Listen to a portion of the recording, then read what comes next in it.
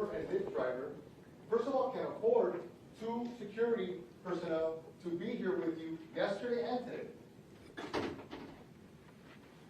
Well, I'm scared of my life. Sir, the question was, how can you afford it? Are you paying them or someone else paying you? They're just accompanying me. So your testimony to this jury is that these gentlemen that have been standing here, dressed in black, yesterday and today, are doing it for free? I have family. I'm sorry, I can't hear you. I have family, right? I didn't I understand. said I have family. I have a family member, right? You have I'm other- scared of my life. So I have to have somebody to protect me. This is my first time doing something like this. Okay. I understand that you said that you have family, and I'm sorry, I didn't really understand because of your accent. I didn't understand, but are you saying that you have family and they're family of yours? Family take care of whatever. Is it your testimony to this jury that those 2 gentlemen are your family? No, sir. Okay. Is it your testimony to this jury that your family is paying for them? Yes, sir. Okay. Is Miss Cleopatra Bernard paying for them? Cleopatra is not my family like that, sir. Okay, I'm sorry, because I understood in your prior testimony. No, sir. Sir, No, sir. I understand she's writing down everything we're saying, so for the purposes of keeping a record, just wait until I'm finished, and then you can answer, and I'll give you the same courtesy. Is that okay? Yes, sir. Okay. I understood in your prior testimony that you referred to her when being asked by the state attorney regarding Cleopatra Bernard that she was your family. Is it now your testimony that she's not? Sir, Cleopatra is my nephew, mom. Okay. That's it. I understand. Did you previously just testify that she was your family under direct examination to the state? You recognize it. You got that's a family, right?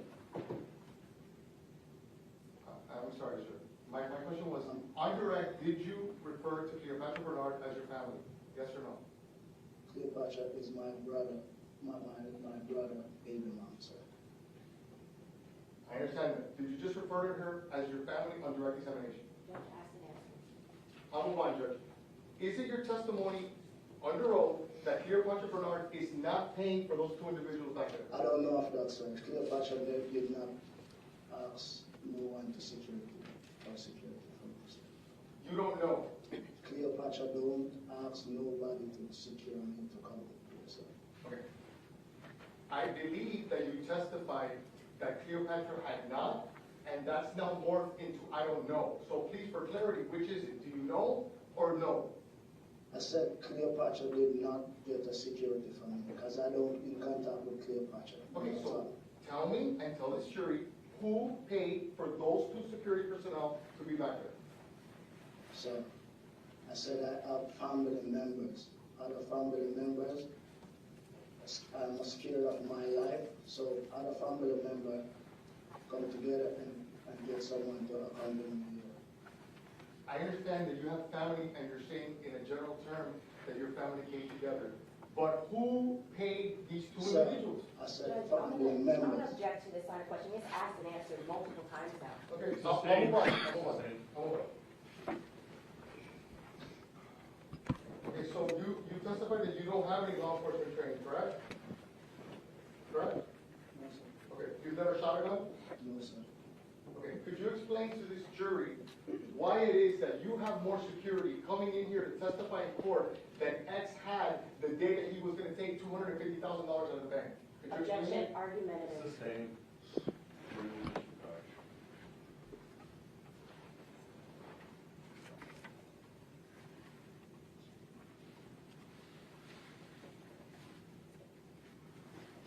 Now, have you ever discussed this case with your brother, Secretary? Yes, sir. Have you discussed this case with him? When, prior to when, sir. At any time? What do you mean by discuss the case line? Have you ever talked about this case with your brother? Pertaining to what happened? Yeah. Yeah. Have you ever talked about this case with Cleopatra Bernard? Yeah.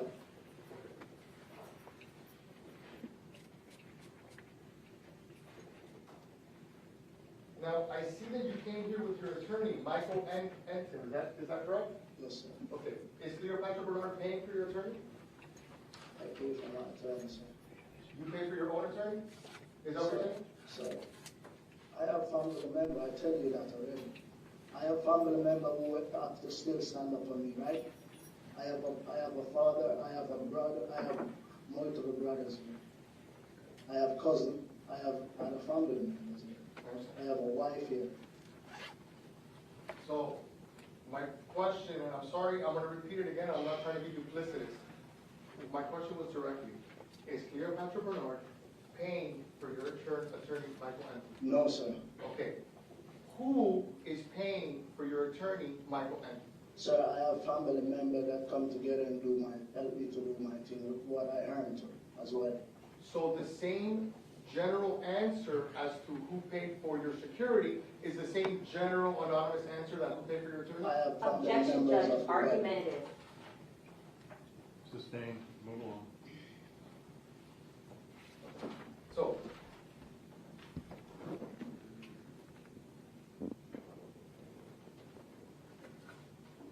have you ever watched any media regarding this case? Anything in the media, anything in the news? So I don't really want to see it, so I don't, never. So, your explanation yesterday was that you are inside, you're in the passenger side, correct? Yes, sir. Okay. At some point, you press the button, right? The door opens upward, correct? Yes, sir. Okay, you turn around and you run towards the store, correct? Yes, sir. Okay. When you run towards the store, do you run inside the store? No. You're just outside the store. Yes, sir. Okay. And then at that moment is when someone tells you, don't call the police. I'm calling the police, correct? I take out my phone to call the cops. Okay. I run up there, take out my phone. When I take out my phone, someone stand, I don't know who is the person. I will say, don't call the cops, I'm on the phone with the cops right now. Okay. And this is outside the place, correct? Yes, sir. Okay. And then when is it that you hear the noises that you described? What now? When you still have your phone in your hand, you call Cleopatra Bernard, correct? Yes, sir. At that moment, had you already heard the noise, the explosion that you referenced? After I called Cleopatra, Was it before or after you made that call? up here by checking to dial the number, that's the time I hear the gunshot. Okay. So you're dialing the number and you heard the shot? So, yes, sir. Okay. And then, is that when you turn around to look at the vehicle? Are you giving your back to the vehicle this entire time? So I was on the phone, I was looking towards the car. You were on the phone and looking towards the car? I was looking towards the car where I'm going. I stand on the phone, looking down. Okay. And then you heard the shots, correct? Yes, sir. At that moment, are you now dialing or in communication with Cleopatra Bernard? I can't recall what I was doing at the time. That's no. Okay. And at that moment, when you heard the shots, that you were looking at your phone is the first time now that you're looking at the car after running away from it, correct? Repeat what you said. The moment that now you hear the shots, you're looking at your phone, now you look up at the BMW, correct? And now that's basically the first time that you've looked at the vehicle after running away from it. Is that correct? You asked me a couple of questions just now. Repeat what you said. Ask Okay, me them I understand. I'll walk you through it. I'll walk you through it. individual. You have Okay. to break it down. I got it. Small. I will. You open up the door. You go down to run away, right? And you run away towards the building, correct? Yes, sir. When you get to the building, you don't look back. You take your phone out of your pocket, correct? Asking me if I look back, are you telling me that I don't look back? Did you look back before taking your phone out? I said, I run up and I was looking down there at the car. A matter of fact, when I run up the car, my phone was like this. Okay. I run up. I was so frightened. I was trying to get to call the cops. I see someone out there. Don't call the cops. I'm on the phone with them right now. Obviously, they realize that something going on down there. So that's why that person telling me, don't call the cops. I'm on the phone with them right now. Okay. At that moment, you're facing the BMW or you're I was facing like this. Don't, sir.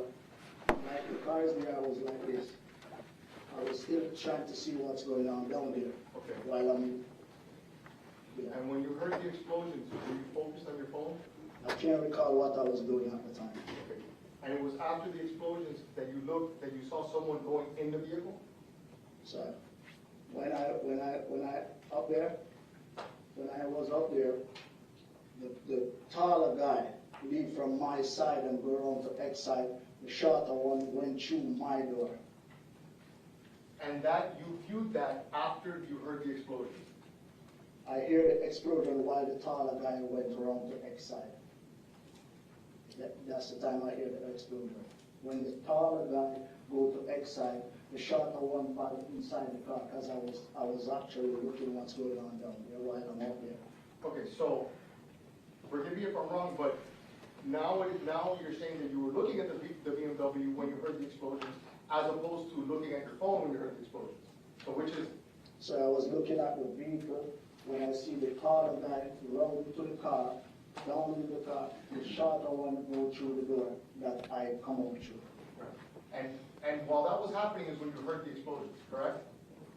Judge, I'm gonna object, ask and answer several times. You can answer, sir.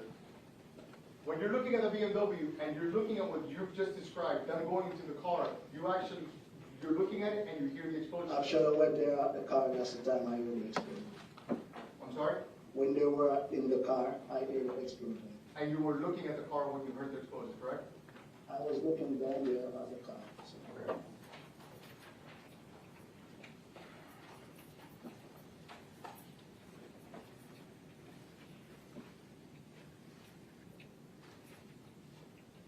Now, when Cleopatra Bernard called you and told you to go to the bank, did she make any mention of the fact that her son was going to pick up $250,000?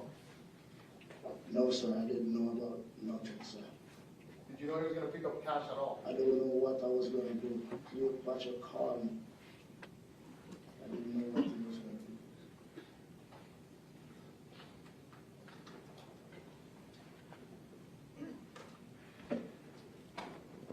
So, after the shots are fired, right, after you see the shots are fired and everything, do you walk back to the vehicle or do you make that call to Cleopatra Bernard? I go to the car. I went back down there. Everybody was heading there, and when the cops come, I go down there. Okay. So are you the first person on the scene to walk up to the BMW? I can't remember if I was the first person. I know I go down there when the cops arrive. You were one of the first persons, correct? I say I can't recall if I was the first person. Okay. I went there when the cops come there, and that's the time I go down there. At that moment, was Mr. Encore deceased? What do you mean when you say this? With, Break it down okay, smaller. when you walked up to him, did you render first aid to him? I did not touch him. So, You didn't touch him? I just go by the car and look Okay. while the cops are there, and then so You walked up to the car and looked while the cops were there? the cops was there at the time. Okay, so the first time that you walk up to the BMW, the police is already there. So I said when I go to the BMW when the cops reach there, and that's the time I go down to the car. Okay, so since you were standing at the building with your phone in your hand when you heard the explosions, looking at the vehicle, I'm trying to determine, and I'm trying to help the jury determine, how much time did it take for you to walk up to the vehicle to see the condition of Mr. Encore? Would it have been minutes? When the cops come there, I can't recall the time that I go down there when the cops come there. So Okay.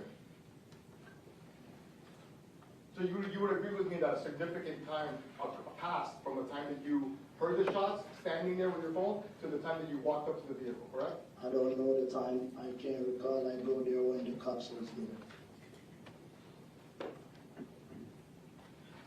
And sir, the gentlemen that are in the back, the security personnel, do you know their names? Objection as to relevance, Your Honor. Sustained.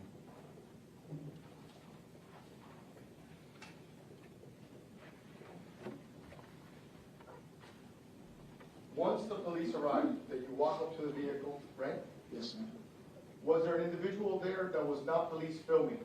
Did you see that individual? I don't know. I can't remember. Okay. Do you recall the individual that you testified in direct examination that was a white guy that had asked Mr. Onford for a picture? Do you remember that individual? It's a white guy was outside, a little white guy sit outside. Did you ever see him filming the BMW? No, I don't know if he was filming. I didn't saw that. From the time that you were looking at the vehicle that you heard the shots to the time that the police showed up, did you ever take your eyes off of the BMW? I can't remember that. If I did. At what point did you finally were able to contact Cleopatra Bernard? Was it after the police arrived? I called Cleo before the police arrived on time.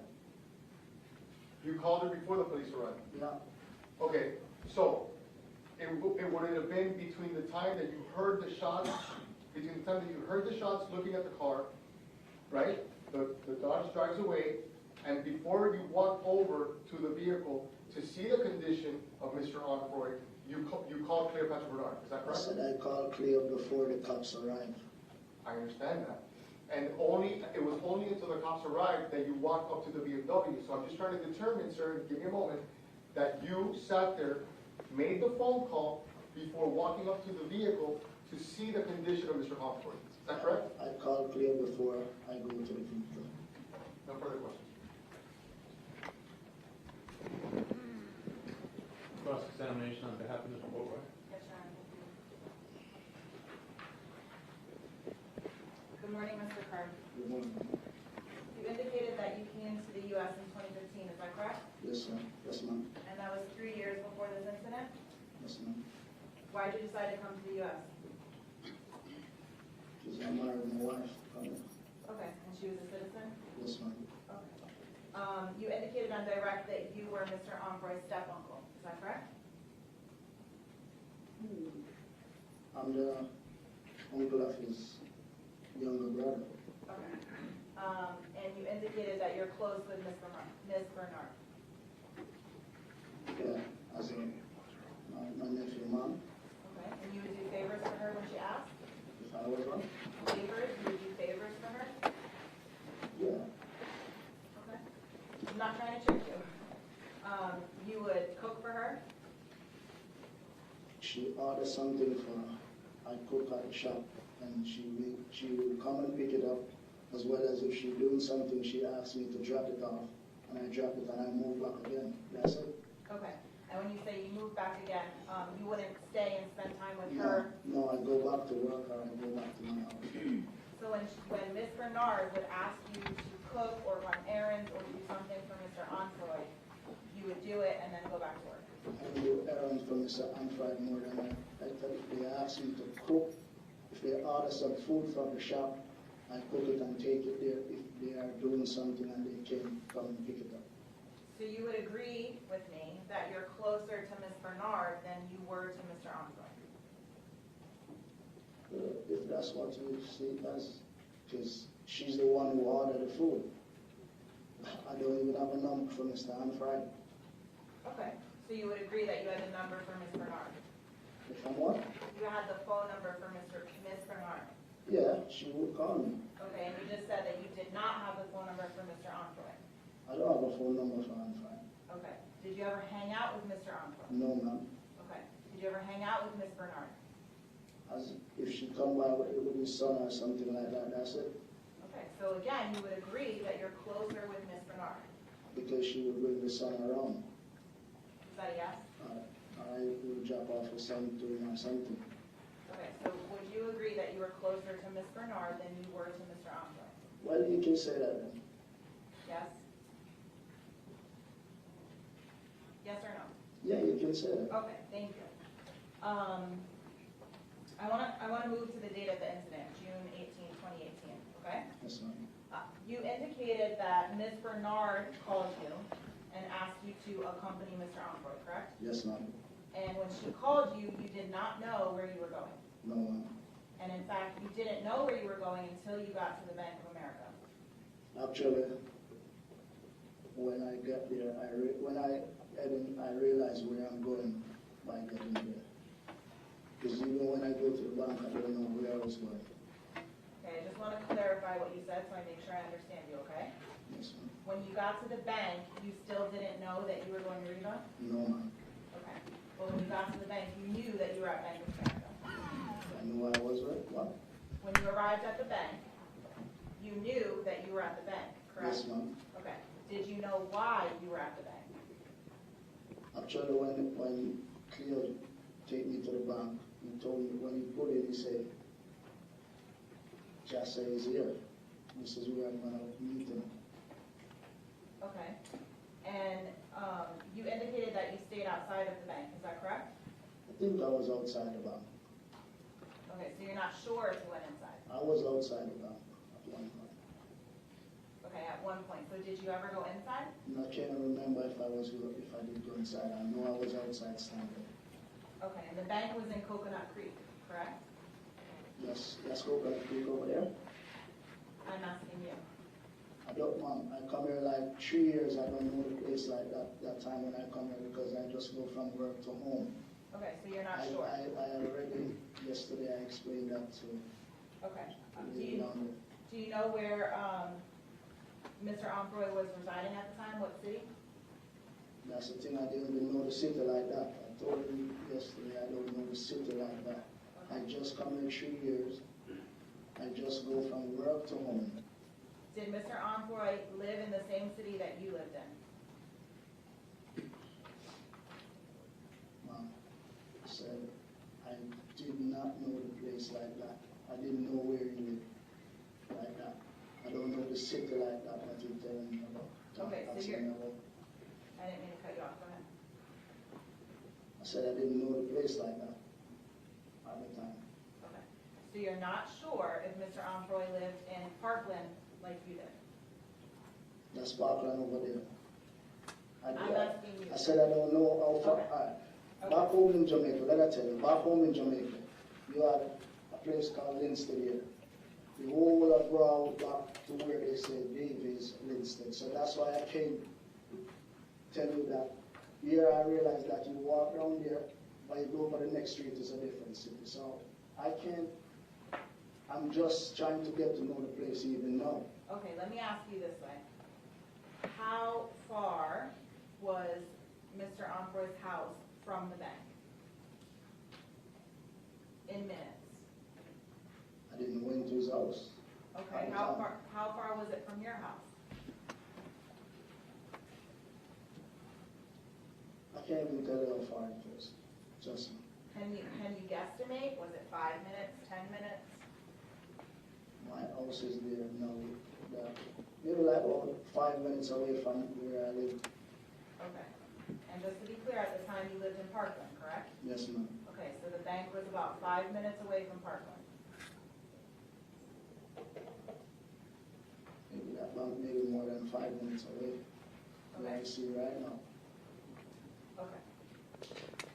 You indicated that when Mr. Omfroy came out of the bank, he was the one driving his car, correct? Yes, ma'am. And you were in the passenger seat. Yes, ma'am. And you indicated that on the ride from the bank to Riva, which I know you did not know you were going to Riva, but on the way, you indicated that you and Mr. Omfroy had no conversation. No, ma'am. No, you know I'm wrong, or no, you didn't? I did not have a conversation with him. Okay. How far, and I know you don't know cities, so I'm gonna ask you in time, how far from the bank was Riva in time? Even now I can't tell you. Because there's so many roads, like, if I'm going there, I can't even tell you how far. Okay, was it more than 5 minutes? Yeah, if you don't want that drive a little more than 5 minutes. More than 10 minutes? Mom, I can't recall the time. Okay, can you say if it was under 30 minutes? I can't tell. Trust me. Okay. I could not. Would you agree that while you're in the car with Mr. Omfroy, that Mr. Omfroy received phone calls? Yes, we received phone call. Okay. Could you hear who Mr. Omfroy was talking to? I don't know who he was talking to. Was he on a phone call or was he on a FaceTime? It seems like it was a FaceTime call. And did Mr. Omfroy call this person or did this person call Mr. Omfroy? The person called. Okay. Do you recall the conversation? I mean, yeah, I heard a couple of things that you were saying. Okay, what do you recall? Judge, I'm going to object this hearsay. Judge, I believe it's present sense impression. It goes to the thought process of the decedent. Judge, I maintain my objection. I believe that that's a proper Objection exception. sustained, it's hearsay. Mr. Kerr, could you tell if the person on the phone was male or female? It sounded like it was a man. Okay. It's a man. Could you recognize the voice? No, Did he receive more than one phone call? that's the only phone call I can remember. He called while he was on his way. And how long would you say they were on the phone? They were on the phone for no time.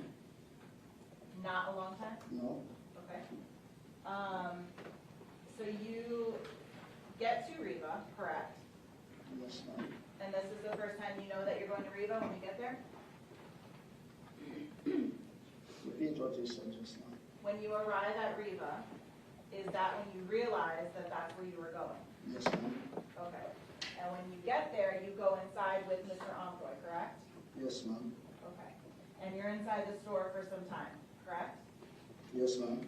And when you leave the store, you stated on direct that there was a white male and a white female sitting on the ground. I can't remember the female, but I know the guy was a white guy. Okay. Had you seen this white guy before? First I saw him there. And when he asked Mr. Omroy for a picture, how did that go? What was the interaction like? Well, at the time, Mr. Amfrey was walking. He said, X, get out of it. And he was like, no, but I'm cool. And move on. And when I look around, the guy was like, Okay. And I asked you about that because you emphasized that on direct. So did that interaction between Mr. Omroy and the white guy, did that make you feel some type of way? Objection as to relevance for his feelings, his personal feelings. Overruled. You can answer. repeat what you said just now. Did the interaction between this white male and Mr. Omroy make you feel some type of way about the interaction? No, Okay, it didn't raise alarm to you? no. Did you think that he was a fan? Could be, I don't know. Okay. Maybe you just recognize who the person is and you want a picture. I don't know. All right. So after that, that's when you get into the car with Mr. Omroy. So this- Yes, ma'am. All right. And at that point, when you're going to leave, that's when you indicate you reach the exit of Riva and the black SUV cuts you off. Repeat what you said just now. I don't get what you said just now. Okay. When you're going to leave Riva, a black SUV cuts you off at the exit. Honestly, I can't tell you the color. I don't remember the color of the vehicle, but Okay. the car cut me off, yeah. We stopped to look before we go out, and then we just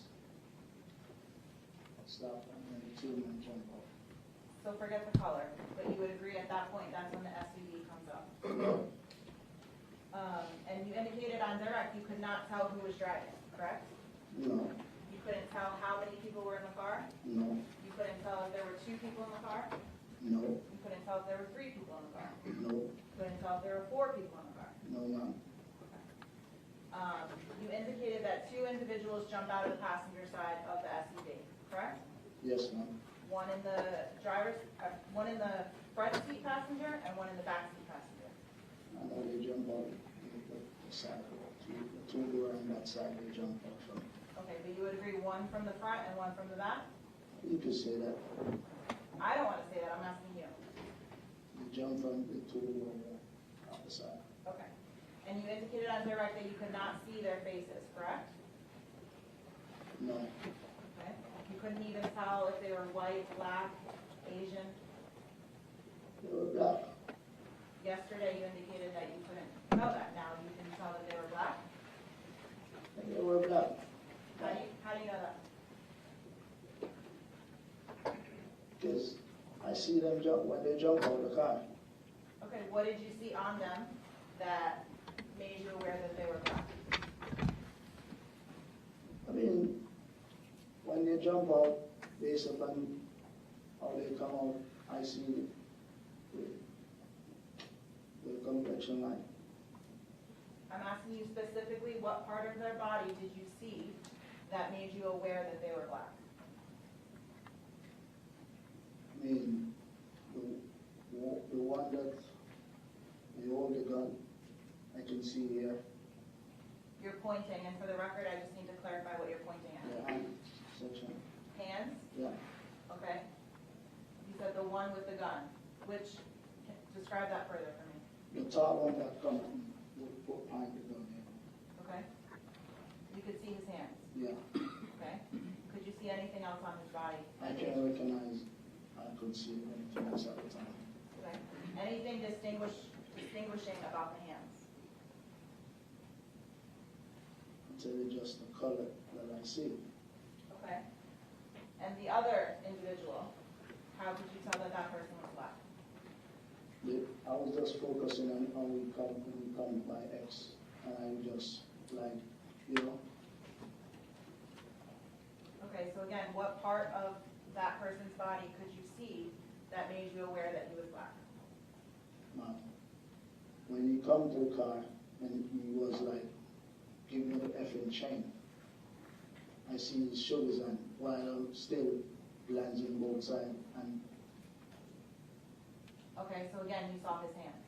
yeah, Okay, and you said specifically you saw his hands when he grabbed at the chain. he tried to give me the effing chain. Where's the chain? You indicated on direct that you could not tell if they were wearing masks. I don't remember. I don't sure if they were having in a mask or they was in pullover. I don't quite remember because after so long, there's a lot of things I still forget. I don't remember. When you say a pullover, I just want to be clear. Are you talking about a sweatshirt with a hood? Yeah. Okay. That's it. I don't really remember exactly how they dressed that. You understand? At the time, because just man, so long, there's a lot of things I still have to just start thinking about what I remember. Still. Would you agree that if they were wearing a hoodie with a I said I hood? can't remember if they were in a hoodie or a mask. Okay, let me just finish my question and then you can answer, okay? Would you agree if they were wearing a hoodie with a hood that their face would still be exposed? I don't know, ma'am. Okay. So you're not sure if they were wearing a hoodie or if they were wearing a mask? Yes, ma'am, I don't sure. You indicated that there was a struggle for the chain that Mr. Ombre was wearing, correct? I don't know if Hanfry did even have on a chain. I just heard him say, where's the effing chain? Give me the effing chain. I don't know. So you didn't see Mr. Ombre wearing a chain? I didn't saw a chain on Mr. Hanfry. I just hear he ask for the chain. Give me the effing chain. Where's the chain? Are you aware of the chain that Mr. Ombre would usually wear around his neck? I don't know. I never see Mr. Hanfry with a chain. I don't hang out with Mr. Hanfry. You indicated just now on cross that once you exited the vehicle, you ran up towards Riva, correct? Yes, ma'am. And when you got up to Riva, you immediately called Miss Cleo. I said I have the phone in my hand. I tried to call the cops. Then someone up there said, don't call the cops. I'm on the phone with them right now. Okay, so you called Miss Bernard, correct? I called Cleopatra. Bernard, just so the jury's not confused. Cleopatra Bernard, Yes, correct? ma'am. Okay. And you indicated that you did not go back down to the BMW until the police arrived. I go back when the police arrived. Okay. So at no point in time did you go down and check on Mr. Ombre? No, ma'am. Okay. When the police arrived, I go down there. And once the police arrived, did you personally check on Mr. Ombre? I did not. I don't remember if I did go check on him. How long would you say it took for the cops to arrive? The cops arrived very, very quick. I can't remember. I don't know the time that the cops arrived. I can't tell. I can't indicate the time, but I know they were very quick. Would you say it was more than 5 minutes? I can't tell, ma'am. I I'm not putting no time on it. And as soon as the cops arrived, they indicated you as somebody that was in the car with Mr. Envoy, They correct? asked if someone, and I'm the one, they just take me in the car. I will sit in the car for a whole day with the cops. Correct. So the cops arrive on scene, and someone points you out as the person that was in the car with Mr. Envoy, is that correct? Cops asked if someone were with him, and I said, I am the one. Okay. And they asked you who the driver of the vehicle was, and you told them that his name was X, correct? I don't remember if they asked me that, but if so, I would tell them yes, X was the one driving the car. And in fact, he asked you what's his real name, and you said you didn't know. I don't remember what I tell him on that time. And you immediately tell Detective Foster that he needs to go speak with the white guy that was up near Riva. Is that correct? He asked me a couple of questions, and I indicate who was what, just like how you asked me now. They asked me a couple of questions, and I explained them just like how I explained it to you right now. Okay, so would you agree with me that you told the detective to go speak with the white guy that tried to get a picture with X? Well, I could maybe, if it's so, as I tell you, from 2018 until now, I wouldn't remember exactly what I tell them like that. You understand? Okay. But if it's so, that's how it goes. If they ask me, I will tell them that. And you just said it yourself, once the detective is done asking you questions, he places you in the back of the police car, is that correct? Yes, ma'am. Okay, and in fact, you sat in the back of the police car, you said almost all day, For the whole day, okay? that's what I was. Did they ever ask you to see your phone that day? Yeah, and they take my phone. They took it on June 18th? I have to take it down to them. Okay, so you just said you had to take it down to them. Was that a few days after the incident? The next day, I have to take it down. So on scene, did they take possession of your phone? They take my phone the same day. They hold my phone for the day. They did have my phone on the day. Okay, but they let, go ahead. Go ahead, ask the question. I didn't understand what you said, I'm sorry. They take my phone. Okay, but did they give you your phone back that same day? Yes, ma'am. Okay, and then they called you back to bring your phone back to them, is that correct? Yes, ma'am. They never asked you to do a photo lineup, is that correct? What do you mean a photo line? They never showed you photographs of individuals to see if you could identify them, No. okay? They never asked you to do a voice lineup. What do you mean by vice line? They never had individuals speak to you to see if you could recognize the voice, is that correct? What vice? The voice that you heard that day. No, ma'am. In fact, once you gave them your phone a few days after the incident, they no longer followed up with you, is that correct? I mean, if something going on that they need me, I have to show. That's it. I went in front of a couple of jewelry before. My question is, did the detectives call you to come back to the station after you gave them your phone? Yeah, When was that? I can't remember. And what was that for?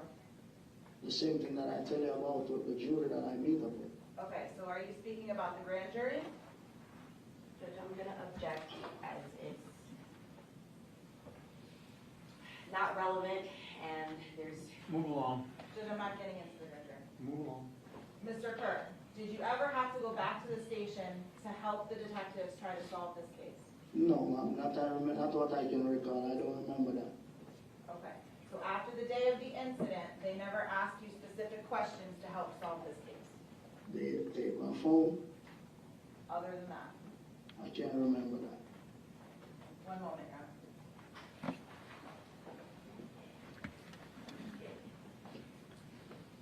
Nothing further, Judge. Permission, Judge? Yes, sir.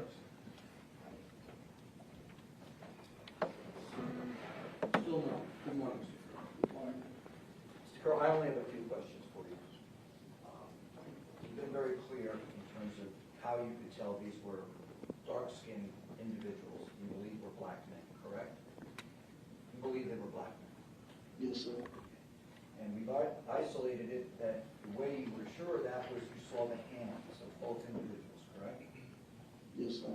You didn't see gloves, you saw skin, and that's what allowed you to tell us that you believe these were black men. I don't know if they were having gloves. I told you I see the skin. You said you saw the hands. Yeah. Okay. So that would imply you saw, without a glove, you saw a hand, correct? Yes, sir. Okay. That's all I wanted to clarify. The chain that X was wearing that day is very, very large, covered with diamonds, large gold. You'd never seen that chain before? Sir, I said I don't know if X were wearing a chain. I just heard they asked, give me the effing chain. I don't know if X were wearing a chain at the time. Right. I wasn't asking you that. I was asking you if you'd ever seen him wear this very large, very expensive chain in the past, because you've been around him a few times. I'm not with X like that, so I don't know if X even have a chain. But these men are saying, give me the chain, give me the chain. One of two things is true. They either see the chain, or they knew somehow he'd be wearing the chain that day, correct? Objection, Judge Speculative. Sustained. Let's talk about, again, just briefly, this incident that happened right there in front of you. You said the taller of the men was the one that fired the shots, correct? I did not tell you that the tall one fired a shot. No. I told you the taller guy go to the X side, and the shorter one go through my door. He leave from his door to my door and go inside the car. Did both of these men have guns? Yes, You believe they did? I don't believe I see. Okay, so you know they had guns. I see the gun. You saw the guns, got it, okay. But you can't tell us which one fired the shots. I couldn't tell I was up there. I just hear the shot while I'm up in the yard where the bike, by the bike shot. Understood. But you're sure it was the shorter of the two men that, as you showed us yesterday, reached in and was grabbing at the neck of Repeat. X before he was shot? Repeat what you said, sir. Right. Yesterday, I believe you told this jury, and I think you got up and showed, that the shorter guy was reaching into the car, grabbing along the neck, trying to pull this chain off the man's neck. Is that right? Sir, I repeat what I said again. Okay. When the tall guy was like this, Yeah. don't come out the effing car. Right. The short one was by X door. Right. Where's the effing chain? Give me the effing chain. Okay. Well, what you're doing today, this, is not really what you did yesterday. What you did yesterday was as if he was going at his neck, trying to get the chain, the way someone would have to if they're going to pull a chain off someone's neck, correct? I said it was like, give me the effing chain, sir. All right, well, again with your hand up, did you see where his hand touched his neck or not?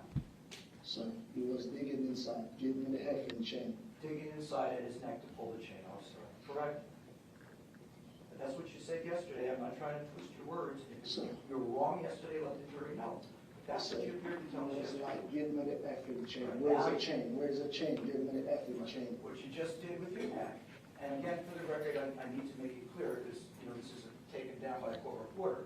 It looked like yesterday that he was digging at the man's neck to get the chain, correct? Well, if it's not what you say, Well, no, I'm trying to get you to tell us what you agree with yesterday. he was digging in the car. At X, give me the effing chain. Right, so he must have seen a chain or know there had been a I chain. don't know. Objection, Judge Speculative. Sustained. The man, the shorter man, reached in, grabbing at the chain with an ungloved hand, didn't he? Repeat what you said, yes. The shorter man reached into the car to X's neck to try to pull that chain off his neck, saying, give me the chain, give me the chain. Right? He said, give me the effing chain. I know, Where's the chain? I didn't put that in, I'm sorry. I know what you say. I want you to either agree or disagree with me. And I'm not Don't trying to object, that's trick you. improper, with the way that the question is asked. Overruled. Thank you. Refine it a little bit, though. Yeah, isn't it true that when the man reached in and grabbed at the chain, and said, give me the effing chain, he's trying to pull the chain off his neck. I don't know if there's a chain, so I can't say he was trying to pull the chain. He was just saying, give me the effing chain. Gotcha. But where was his hand? What was he doing with his hand? He was joking in the car. Give me the effing chain. Give me the effing chain. Right, jerking at the chain to pull it off his neck. Objection asked and answered. Judge, I'll withdraw at this point. Thank you, sir. Judge Sidebar.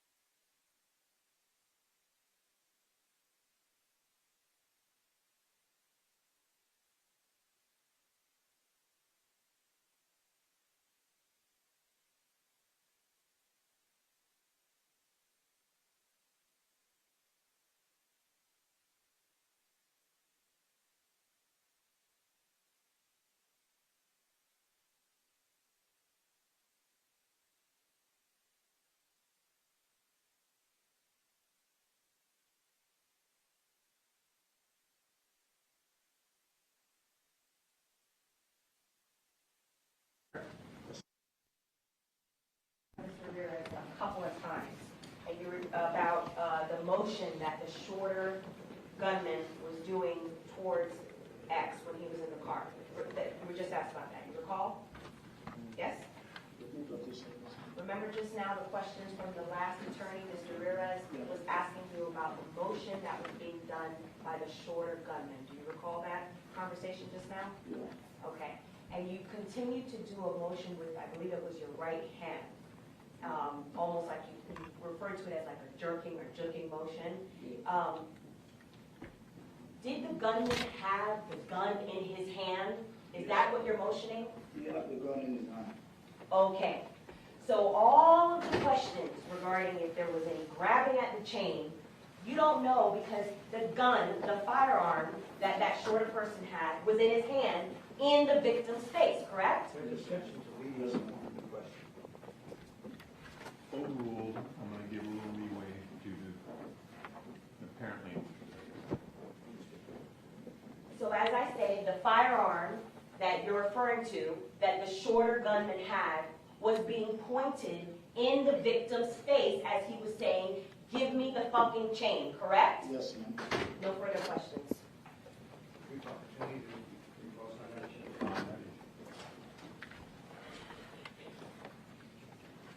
Mr. Kerr, now I'm confused. You didn't say anything yesterday about the man having a gun going like this at his neck to get the chain. What it appeared to everyone, I believe, was that he was digging for the chain with the hammer to pull the chain off. Argumentative and also Overruled. outside scope. Thank you, Judge. Overruled. You can answer, sir. Please explain that to me. I'm confused.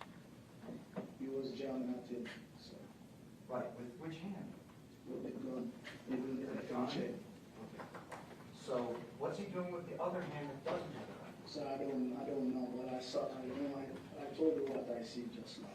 He was jamming, give me the effing chain. After the prosecutor asked her question the way she did, now you're saying it wasn't the bare hand, it was the non-hand that he's digging with? Objection, argumentative, asked and answered. Sustained. The phrase digging. Digging with a gun, or digging with a hand? Objection, asked and answered, Judge. Overruled. You can ask. He was digging, with, give me the effing chain. Right, with a gun? Yes, sir. Okay. Nothing further.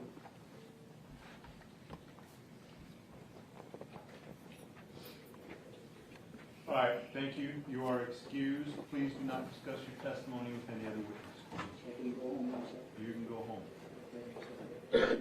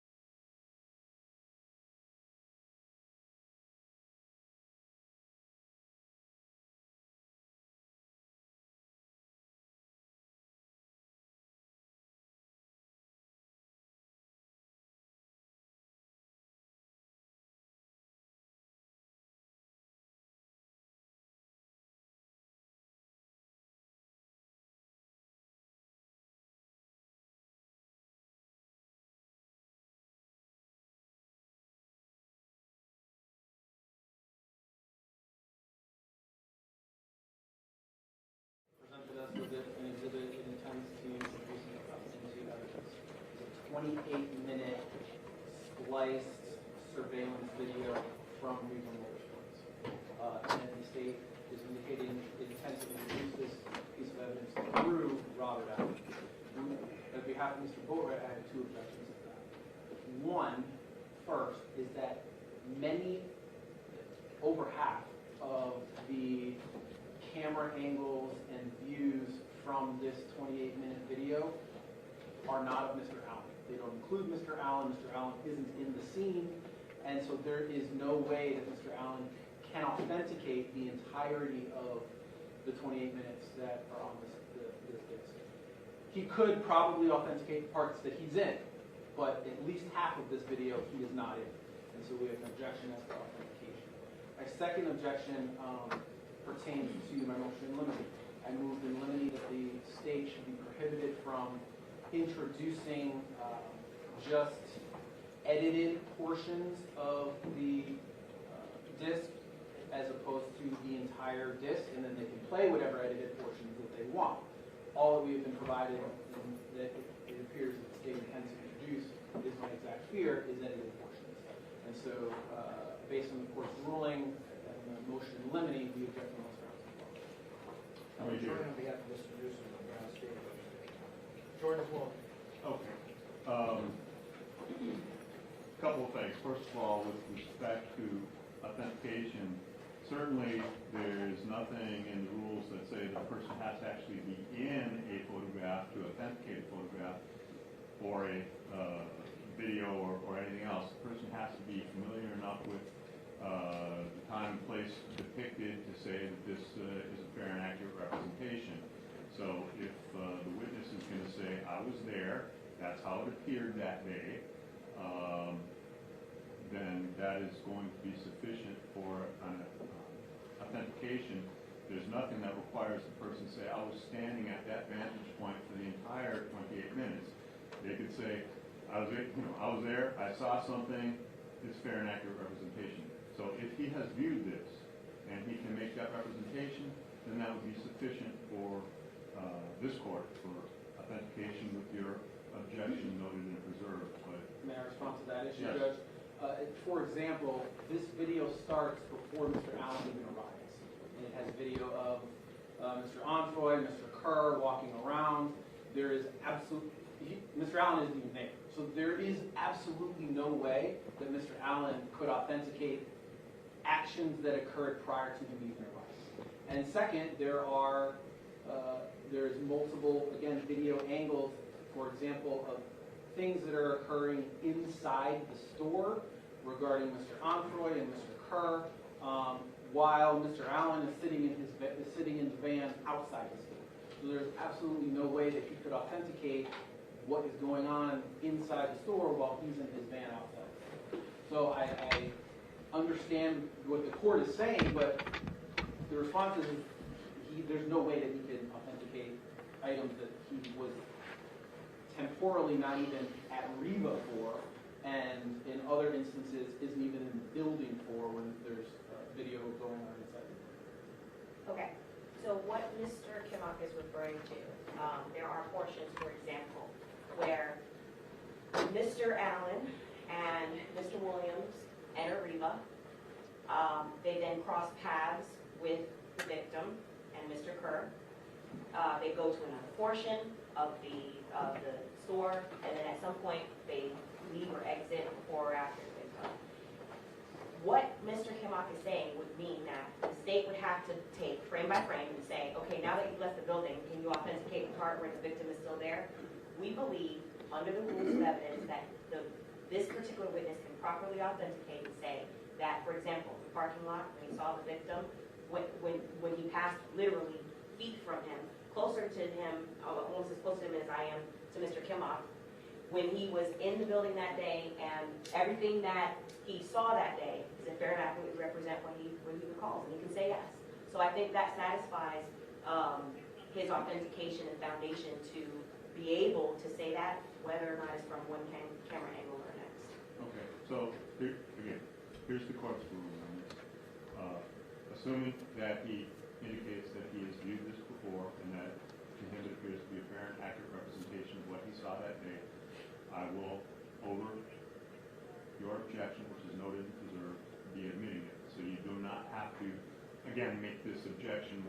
offered. I'm gonna just say any objection, you can say subject to or whatever, preserving. But I'm just letting you know now what my ruling is on that.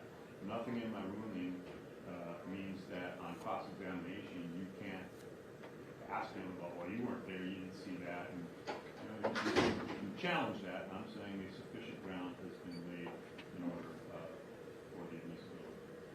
So, As to the second portion regarding the court's prior motion to eliminate, I do not intend, I still am in my case in chief. I still have a long ways to go. The unedited, when I say unedited, meaning it's not a compilation, right. all angles, it needs to be on a drive. We suspect it will likely need a player. And so I have to enter it through another witness. I'm literally 3 witnesses in. And so I don't believe that I'm even in danger of violating any order because I'm not done with my case in chief, and I can certainly enter it, and both will be in evidence. The court's ruling never said it had to be together at the same exact time. It doesn't have to be at the same exact time, but is there going to be an objection from the defense to the entire, I mean, you've probably had a chance to talk to whoever the custodian is. Do you have a real objection to the authenticity of the entire? No. Okay. At least on behalf of Mr. Bori. No, on behalf of Mr. Ray. No, you don't. So why don't we go ahead and admit it now? I don't, it's a drive, Judge, and so I don't have the drive with me because it requires a player. I can admit it tomorrow at earliest. As an officer of the court, I have it, will admit it as is, unredacted, they can see it. That's what my representation was to Mr. Kimmock, who said he wanted to object based on his reasonings, so. Well, I don't necessarily need the player. Where's the exhibit? At BSL. I don't have it right now, Judge. I don't have it to be able to enter it at this very moment.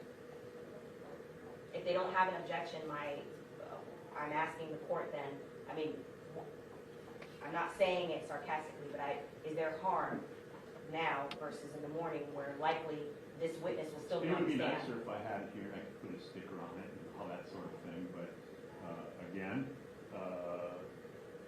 my ruling is that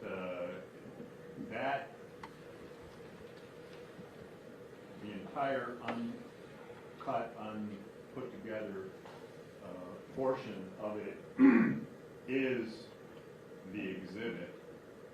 What you are showing is also an exhibit, but it's a redacted or modified version of it, and that both need to be in for purposes of having things flow forward. I will allow you to enter and publish this portion with the understanding that if you later do not, then they might have a motion. Totally understand, Judge. Fair enough? Over objection? I mean, I'm just asking about my procedure, not about whether or not you're not waiving or giving up any of your objections to this. I'm continuing the objection. I think it's inappropriate to admit an item into evidence that is not admissible at the time that it's being admitted into evidence, and take that shortcut of just saying, well, it will be admissible because I'm admitting something else later on. I don't know that it's not admissible. I think potentially it can be admissible in this form. The reason why I'm holding the state to do the rest of it was because there was an objection in limine under a completeness doctrine fair. If they're only going to do this, they should have an ability, you should have an ability, and the juror should have an ability to see the whole thing. So this in and of itself, by itself, is admissible, but based on the objection to that, I have said I would, require the state to produce the entirety. So, Yes, Judge. As far as the first issue that the court ruled on, I'm just informing the court that if, and I expect this to be the case, if the state's questioning of Mr. Allen regarding the authenticity of the video does not meet what I believe to be valid under the authenticity doctrine, I will be requesting to voir dire the witness, which I think is my right. I'm happy to do that in front of the jury or outside the jury. But I know the court had said we didn't have to renew our objection, so that's why I'm bringing it up, because I am going to want to voir dire the witness. And I will allow you to do that in front of the jury. That's fine. So the appropriate time for that would be after the state lays whatever foundation they are, and they say we move in exhibit whatever it is, and then I turn to you for the objection. You can say I wish to voir dire, and I'll give you that opportunity, and then you can just say I maintain my objection or withdraw or as you please. Yes, Judge. All right. Anything else that we need to discuss before we proceed? Nothing from the state. Not from the court. No, Judge. Very well, thank you. Bring them up.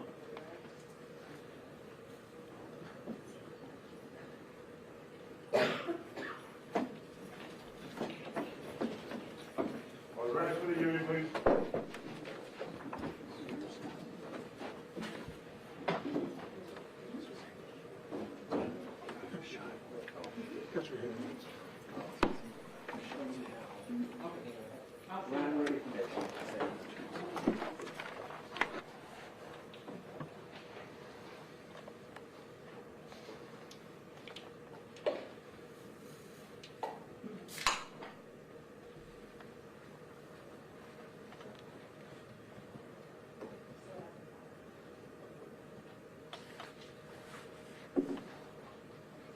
I recognize that as Polar.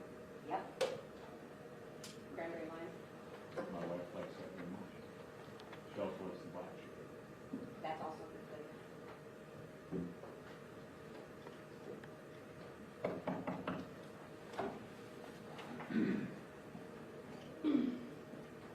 Further entering.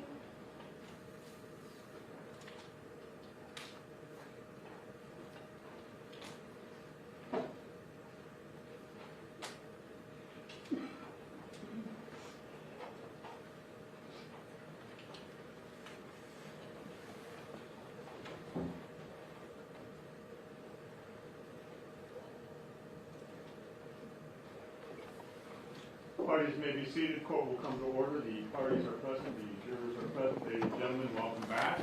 I trust all of you were able to follow the court's admonition. Thank you. State, call your next. State calls Robert Allen.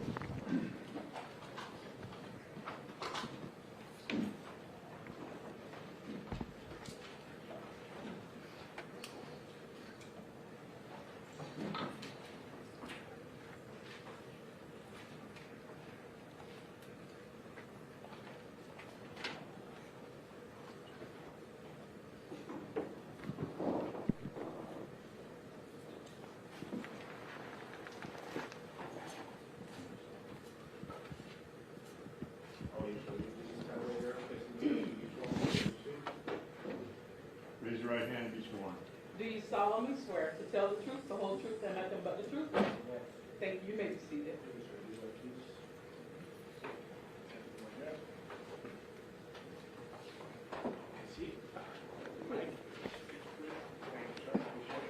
Please state your full name and spell your first and last name for the record. Robert Allen, R-O-B-E-R-T,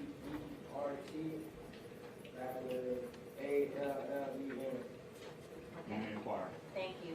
Mr. Allen, nice and loud. That bar that's in front of you is a microphone, so just please make sure you project your voice so all of us can hear you back there, okay? All right. So good afternoon, Mr. Allen. I'm going to start out with what's the obvious. You have on a uniform, correct? Yes. Where are you in custody? In Broward? No. You're currently in custody right now in Broward County, correct? Yes. Okay. And I want to talk about what you're in custody for. You've been indicted on first-degree murder, correct? Yes. And for a second count of armed robbery, correct? Yes. That was for the case that is against the victim, Jase Envoy. Yes.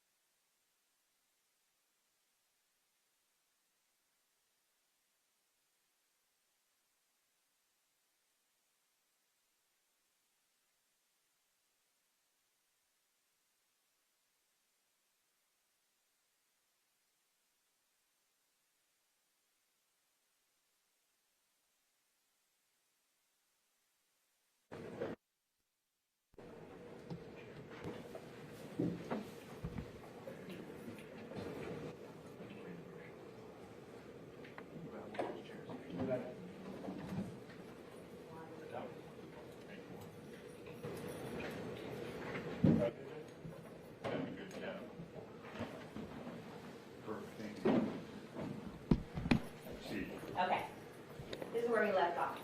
You're currently in custody, correct? Yes. And you were indicted for first-degree murder and also for armed robbery in the case for the victim, Jase Envoy, correct? Yes. Now, the case that you were indicted for had 3 co-defendants. Yes. Who are the 3 co-defendants that you were indicted with? Michael Bori, Trayvon Newsom, and Deidre Green. Okay, we'll get into the details about that in just a moment. You're not on trial today, obviously. You're here as a state's witness, correct? Yes.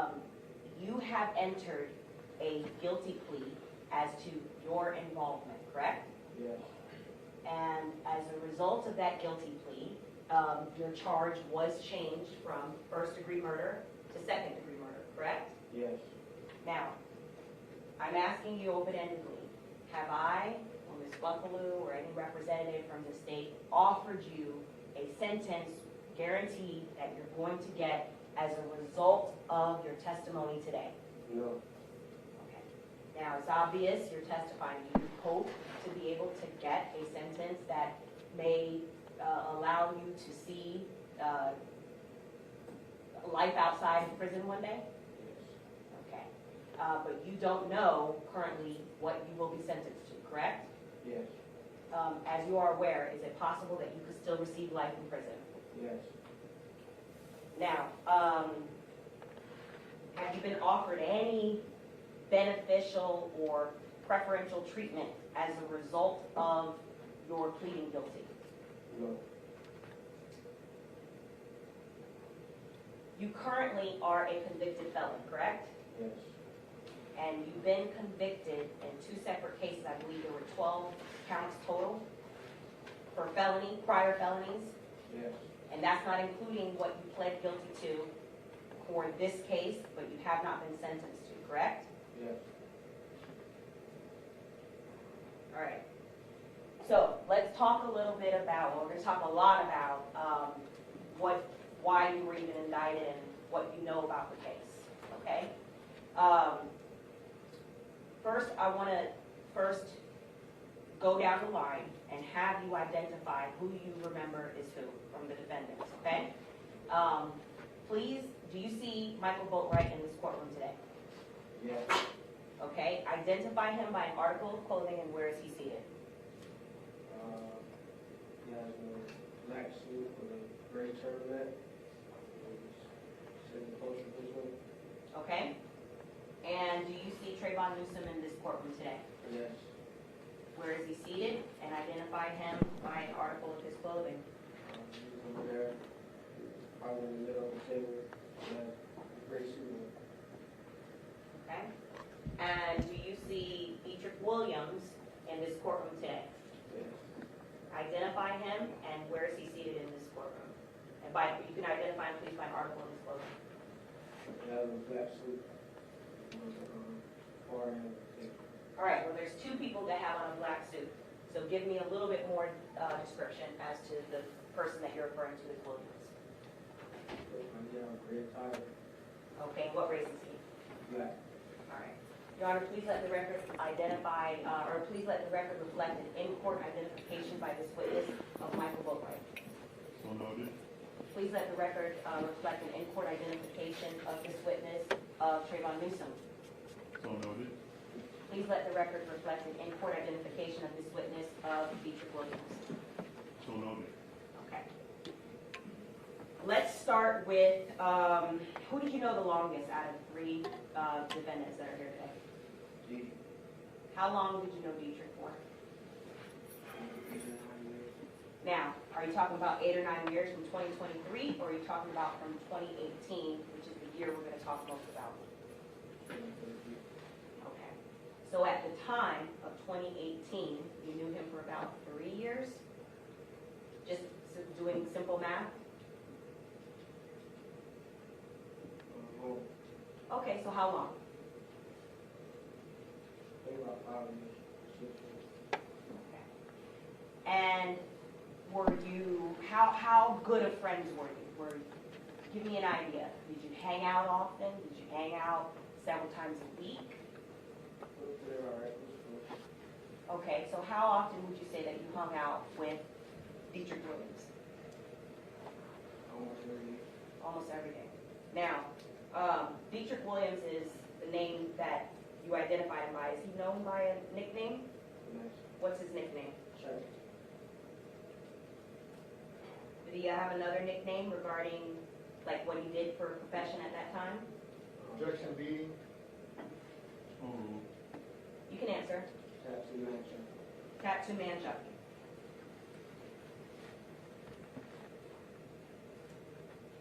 Do you know why he was called that? Hearsay. oh, Because of the tattoos. Okay, so we're talking about Dietrich Williams, and you said because he does tattoos, he was called Tattoo Man Chucky? Yes. Now, how well did you know Trayvon Newsom?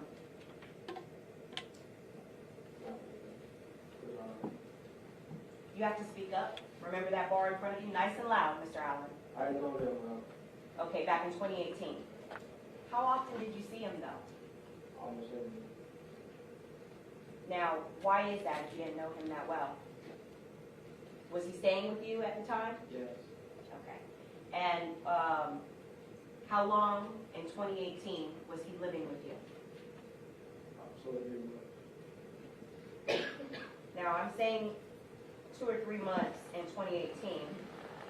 I'm going to also narrow that down to the time of the homicide, which is June 18th of 2018. Was he, referring to Trayvon Newsom, living with you at that time? Yes.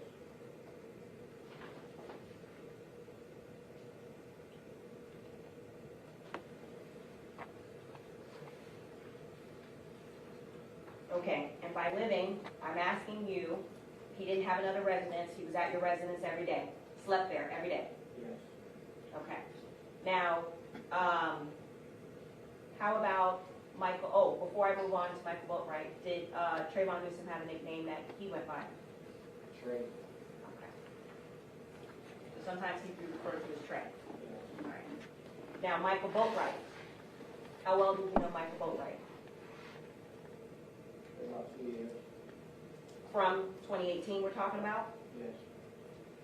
How often did you see Michael Boatwright at that time? Almost every day. Did Michael Boatwright have a nickname? Boatwright. So you just refer to as his last name? Yes. So, I know that you've gone down the line and told us how close you were to each of the defendants. Did all four of you hang out together? Yes. How often? Almost every day.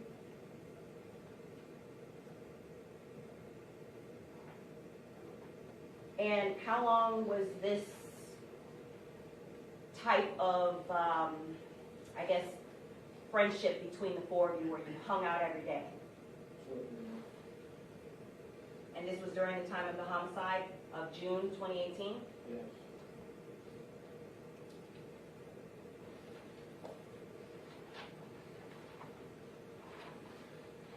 Okay. There came a point in time prior to June 18th, 2018, I'm talking about the day before, where there was some type of agreement or plan, however you want to refer to it, to rent a vehicle. Do you recall that? Yes. Okay, so tell us about that. Whose idea was it to rent the vehicle? You have to speak up nice and loud. Dietrich. Okay, so it was Dietrich's idea to rent the vehicle. Why? Rob who? Anyone. So when you say it was his idea, what was supposed to be the plan? You rent the vehicle and what? Tell us in detail. Ride around with people off.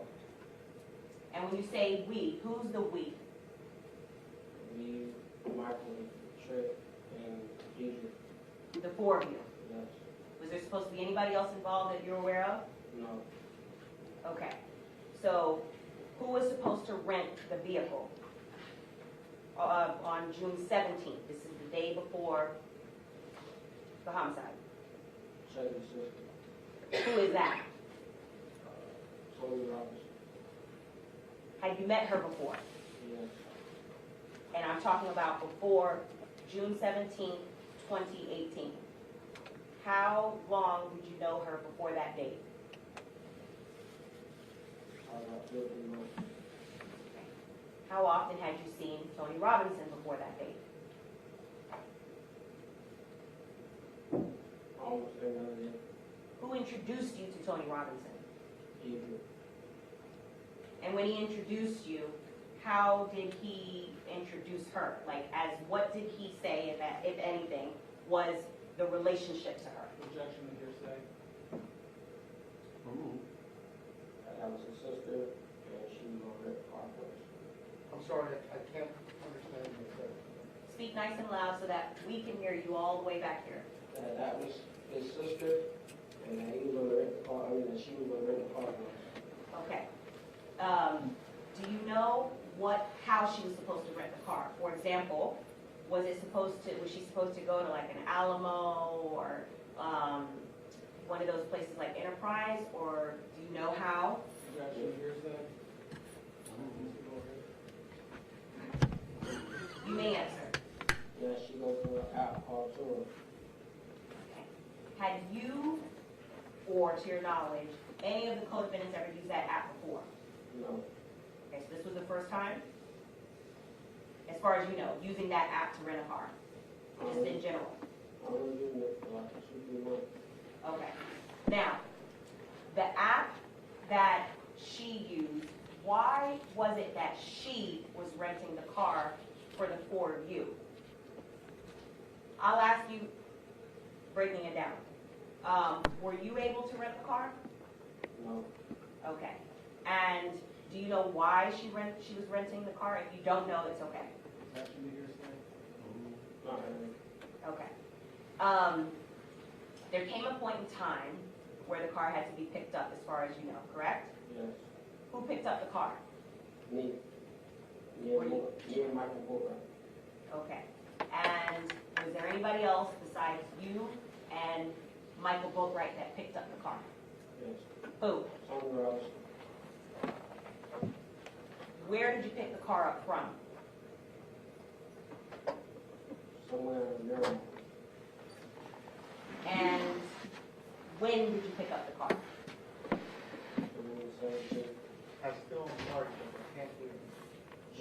17th, 2018. What time did you pick up the car? I don't remember. Was the sun still up, or did the sun already set? I was still up. Okay. Do you recall how long you were supposed to have the car for? I did. And do you know, out of the four of you, who was supposed to drive around the car during this time that you said you were supposed to be robbing people? Did. Who, out of the four of you, decided that Dietrich was going to drive the car? That's just what he do, he drive the car. Okay. So, in the car, besides the four of you, what else, if anything, did you have in order to be able to do this, to rob people? We all had guns, we had knives, Why? to rob me. Okay. You expected to be armed with a firearm? Yes, Did at any point all four of you expect to be armed with a firearm? yes. And what was the purpose of having a mask or masks, plural? So identify us. Okay. Who was supposed to be wearing the mask? Everyone. So now, I'm going to ask you specifically about the firearms that each of you have. What kind of firearm did you have? I had a Springfield 40. What kind of firearm did Michael Boatwright have on that June 18th, June 17th timeframe? If I'm not mistaken, it's a GSK 22 rifle. Now, when you say 22 rifle, you know the caliber of the rifle? 22. 22 caliber. Okay? What kind of firearm did Trayvon Newsom have? Smith & Wesson 38. Okay? Revolver. Revolver. What kind of firearm did Dietrich Williams have? Smith. A Taurus 38 revolver.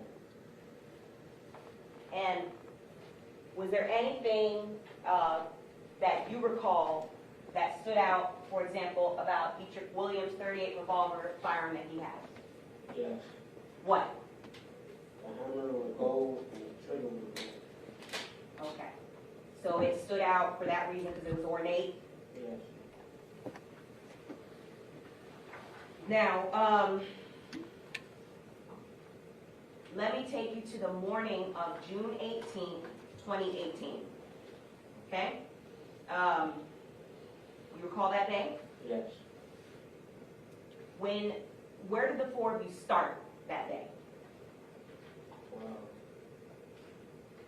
Me, Michael Boatwright, and Trayvon Newsom started at my house. Where was Dietrich Williams when the three of you, Michael Boatwright and Trayvon Newsom, were at your house? He was home. At what point was it either discussed, or did you decide to all four get together and then actually leave to go do what you said you were going to do?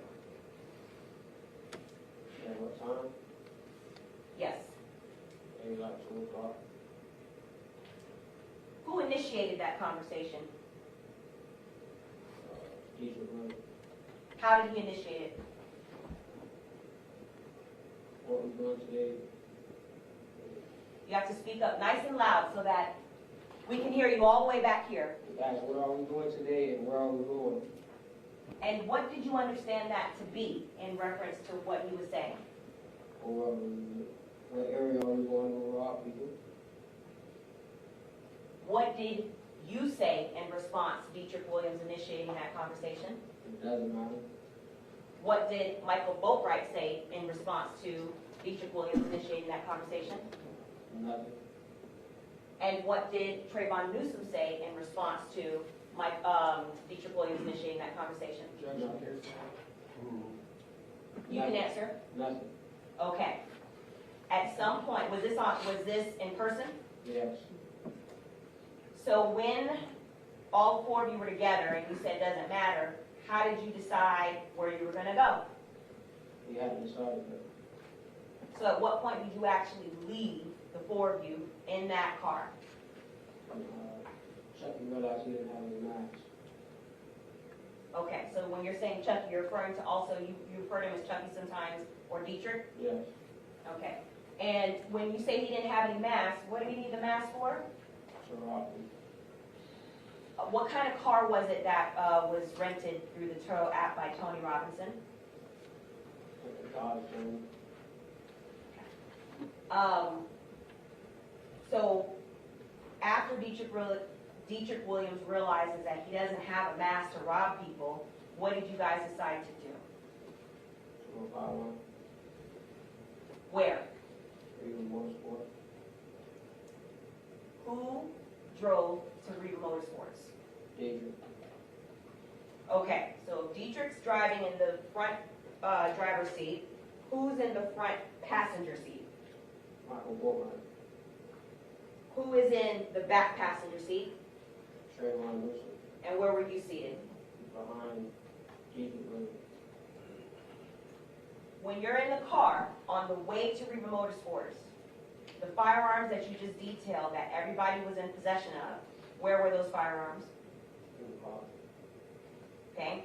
When you say in the car, were they in the back or did everybody have their own respective firearms? Everybody had their own respective firearms.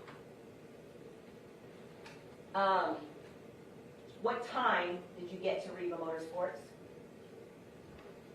I'm not sure. It's like 3 something. Okay. When you get there, what, if anything, do you realize from the parking lot, or do any of you realize from the parking lot? Adrian notices the victim. How? He sees him walking in the store. So what does Dietrich Williams say when he notices the victim from the parking lot?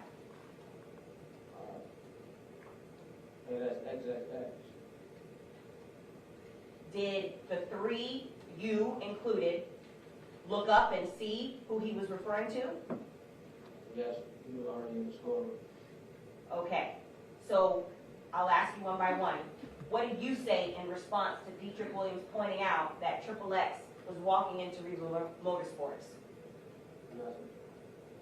What did Michael Boatwright say in response to Dietrich Williams pointing out that XXX was walking into Reba Motorsports?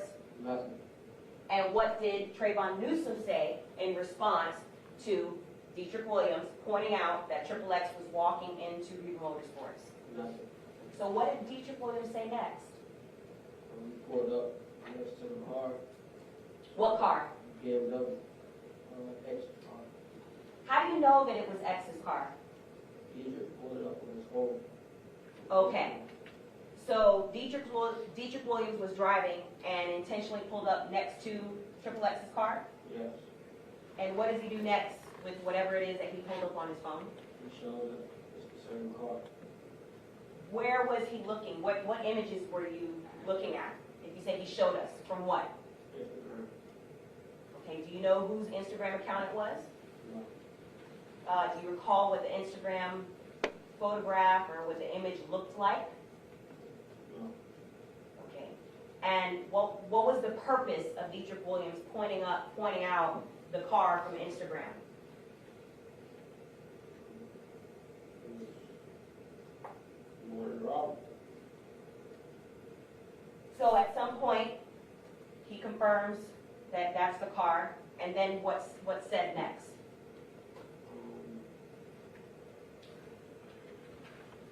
They tell me to go inside with Adrian to see if that's him. When you say they, we're going to be very specific because there's 3 co-defendants. Who told you to go inside with Dietrich Williams to see if XXX was in there? Michael Bori and Trayvon Newsom. They both did, told you to go inside. Yes. Okay.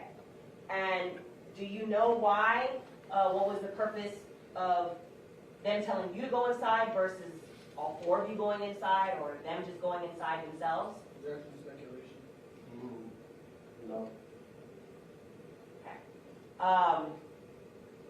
What, if anything, did Dietrich Williams say in response to Michael Boatwright and Trayvon Newsom telling you and Dietrich Williams to go inside? Teacher was already going in, but they just wanted to hear me say that it was actually in. So they wanted to hear it from you as well. Yes, And the purpose you're saying for going in is to confirm that it was actually XXX? yes. And if it was XXX, if there was a confirmation, then what was supposed to happen? What was the plan? There was no plan at the time. So when you say to confirm that it's him, was there going to be a next step as far as to target XXX? I don't know, not at the time. Okay, so at some point after Michael Boatwright and Trayvon Newsom tell you to go inside, you actually go inside? Yes, Who do you go inside with? teacher. Do you recall how you were dressed? Yes, How were you dressed? black t-shirt and black jeans. How was Dietrich Williams dressed? Great undershirt on, sweatpants and some orange socks. How was Michael Boatwright dressed? He had an undershirt and black jeans and black shoes. How was Trayvon Newsom dressed? He had on gray sweatpants, black shoes, and a t-shirt. Okay. Now, excuse me, when you go inside, before we have you get to the point where you go inside, how tall are you? 5'8", 5'9". How much do you weigh? Now or at the time? At the time in 2018. 30. Okay. And I'm asking you in relation to, first starting with Dietrich Williams. Were you heavier than Dietrich Williams or thinner than Dietrich Williams? Heavy. Trayvon Newsom, were you heavier than Trayvon Newsom or thinner than Trayvon Newsom? Heavy. Michael Boatwright, were you heavier than Michael Boatwright or thinner than Michael Boatwright? Heavy. Asking about height, okay? Who is taller, you or Michael Boatwright? Michael Bori. How tall is Michael Boatwright from what you can recall? 6'1", 6'2", 6'3". Who is taller, you or Trayvon Newsom? Trayvon. How tall is Trayvon Newsom, you recall? 5'5", 5'11". Who is taller, you or Dietrich Williams? Probably me. How tall is Dietrich Williams? Probably 5'7", 5'6". Who is the tallest out of the four of you? Michael Bori. And then who would you say is the next tallest? Trayvon Newsom. So you're in the store. Yes. Do you see the victim? Yes. Where? When we first walked in, to the left. To your left when you're walking into the store? Yes. What was he wearing? I think like a jean jacket. Okay. What else did you notice about him? That's it at the time. Do you remember how his hair was styled? It was a ponytail. Do you remember if his hair had any colors or anything like that to it, or what color his hair was? Like blonde. Pink blonde. Okay. Do you remember if he had on any jewelry? Not at the time. Not at the time. Did there come a point in time where you realized he had jewelry? I think when we were leaving, Okay. Tell us about it. How did you realize he had jewelry? I think Dietrich told us he had jewelry. Okay. At what point did Dietrich tell you that the victim had jewelry? When we were leaving out the store.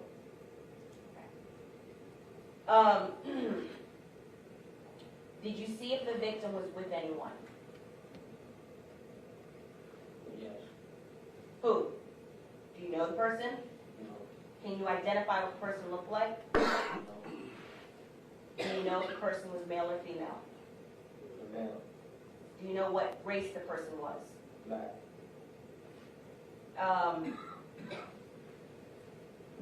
When you were in there, had you ever seen XXX before that date and time?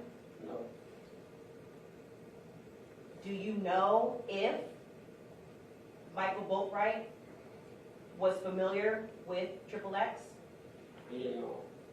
Do you know if Trayvon Newsom was familiar with XXX? He didn't know. Do you know if Dietrich Williams was familiar with XXX? Yes. What did he say, or how did he tell you he was? So that's Instagram. Do you know, was he a follower on Instagram? No. Okay.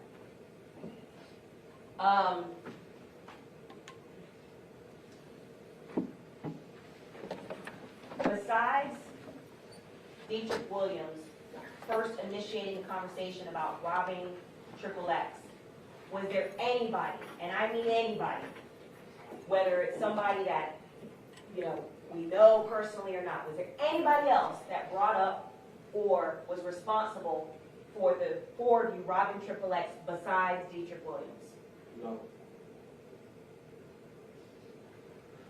Was there anybody, for example, that hired you to do this? No.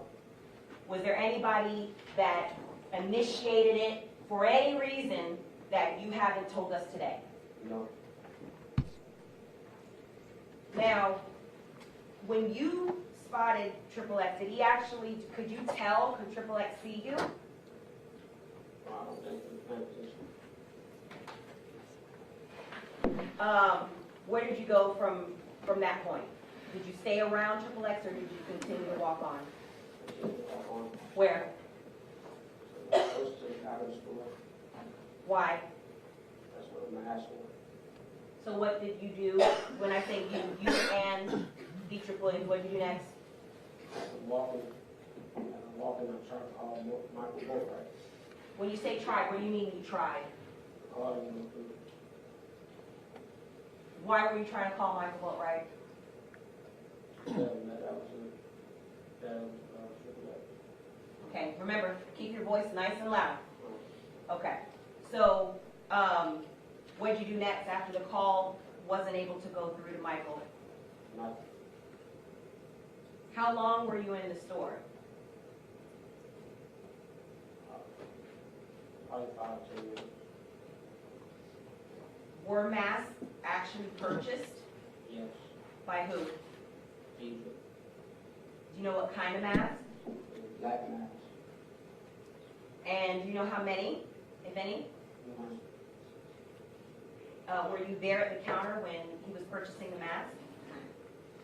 I'm not sure. After Dietrich Williams purchased his mask to rob that day, where did you guys do next? Started walking outside, like walking toward the car, leaving out the store. Did you see XXX again on the way out of the store? Actually, yes. Where was he the second time you saw him? I wouldn't say the same spot. Do you know if XXX noticed you the second time on the way out? No. What, if anything, did you do next? Walked the car. So based on what you're telling us, you exited the store first before XXX? Yes.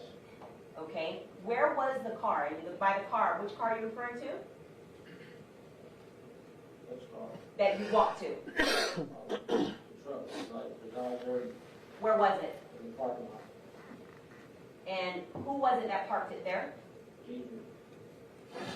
So when you get back into the car, what position, who was the driver? Jesus. Who was the front passenger? Michael Boatwright. Who was the back passenger? Trey Williams. And where were you seated? Behind you. And now that you're back in the car, where are the firearms? The car.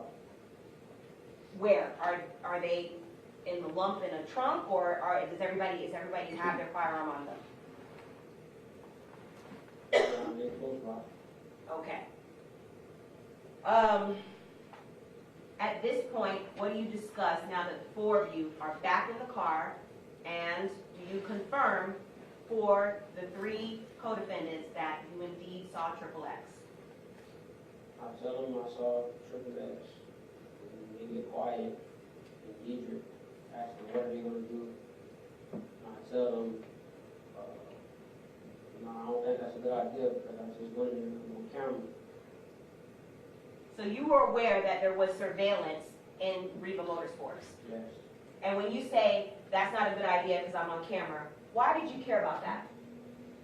I knew that. Because what? I can't hear you. Nice and loud. I knew it was a great chance we were going to be caught.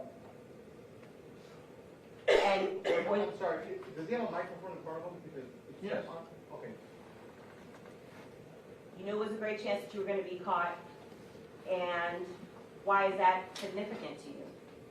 It's kind of an obvious because you don't want to get arrested. Right. How did Michael Boatwright feel about that? What did he say he felt about that? He didn't really want to do it anymore. How about Trayvon Newsom? He didn't want to do it. And what did Dietrich Williams say? He asked me to scared. He asked the two, Trayvon Newsom and Michael Boatwright, if they're scared. Yes. And what, if anything, in response to Dietrich Williams saying, "Are you scared?" did Michael Boatwright do? Said, all right, I'm going to get him. All right, we're going to get him. Who's the him? XXX. What, if anything, in response to Dietrich Williams saying, "Are you scared?" did Trayvon Newsom do? He said the same thing. All right, I'm you sorry, talk. Judge, I didn't hear it. I think he said the same thing. Thank you. Now that the four of you are in the car, and I guess you've decided you're going to get XXX, how then does Michael Boatwright get dressed from that point? He puts on his black hoodie, And what else? his mask. And what about Trayvon Newsom? How does he get dressed? He puts on a black sweater, and he puts on his mask. How was it decided between the four of you that Michael Boatwright and Trayvon Newsom were going to wear the mask and the hoodie? Because Egypt was driving, and I told him I would not get out because I didn't want the parts of it, because I knew I just was on camera. Okay. So just from that, it was decided then that Trayvon Newsom and Michael Boatwright were going to be the ones to actually get out with the mask. Yes. Okay. Where did you guys go from there? Are you still in the parking lot at this point? No, we're in the park across the street. Why? Why did you move from the Rivas parking lot to park across the street? Because Chucky came up with some type of theory saying that if we leave out of the parking lot and move next to the next parking lot and across the street in that parking lot, that it'll look like we left. So it was Chucky's idea to act like you left so that you're not on camera? Yes. Okay. Were you aware that Riva's cameras extended all the way to across the street where you parked? No. Now, what was the purpose of even, besides trying to evade being on camera, what was the purpose of waiting across the street? What were you waiting for?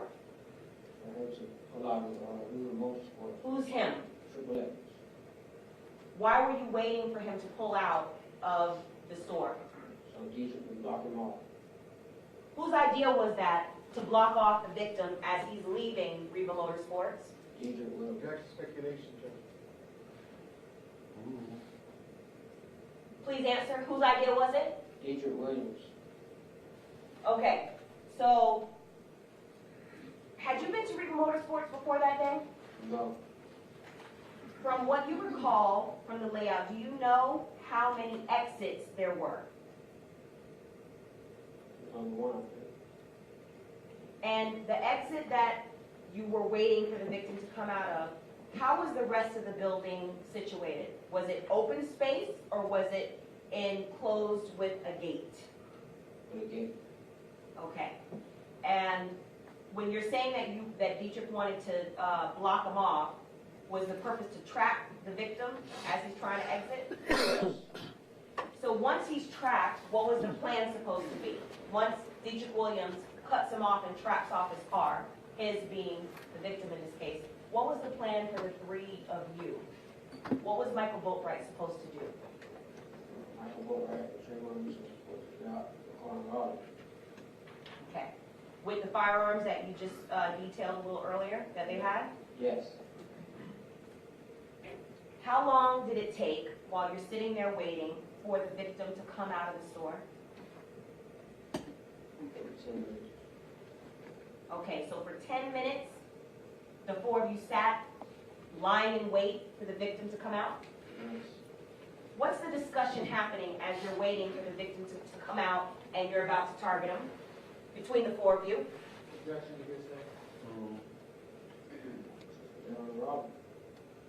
Okay, Judge, I would object and ask the witness clarify specifically what it is that's speaking. Sustained, so if you would, sure. thank you. As the four of you are waiting to target the victim, as you're lying in wait, what was Michael Boatwright saying in that 10 minutes that you are waiting to target the victim?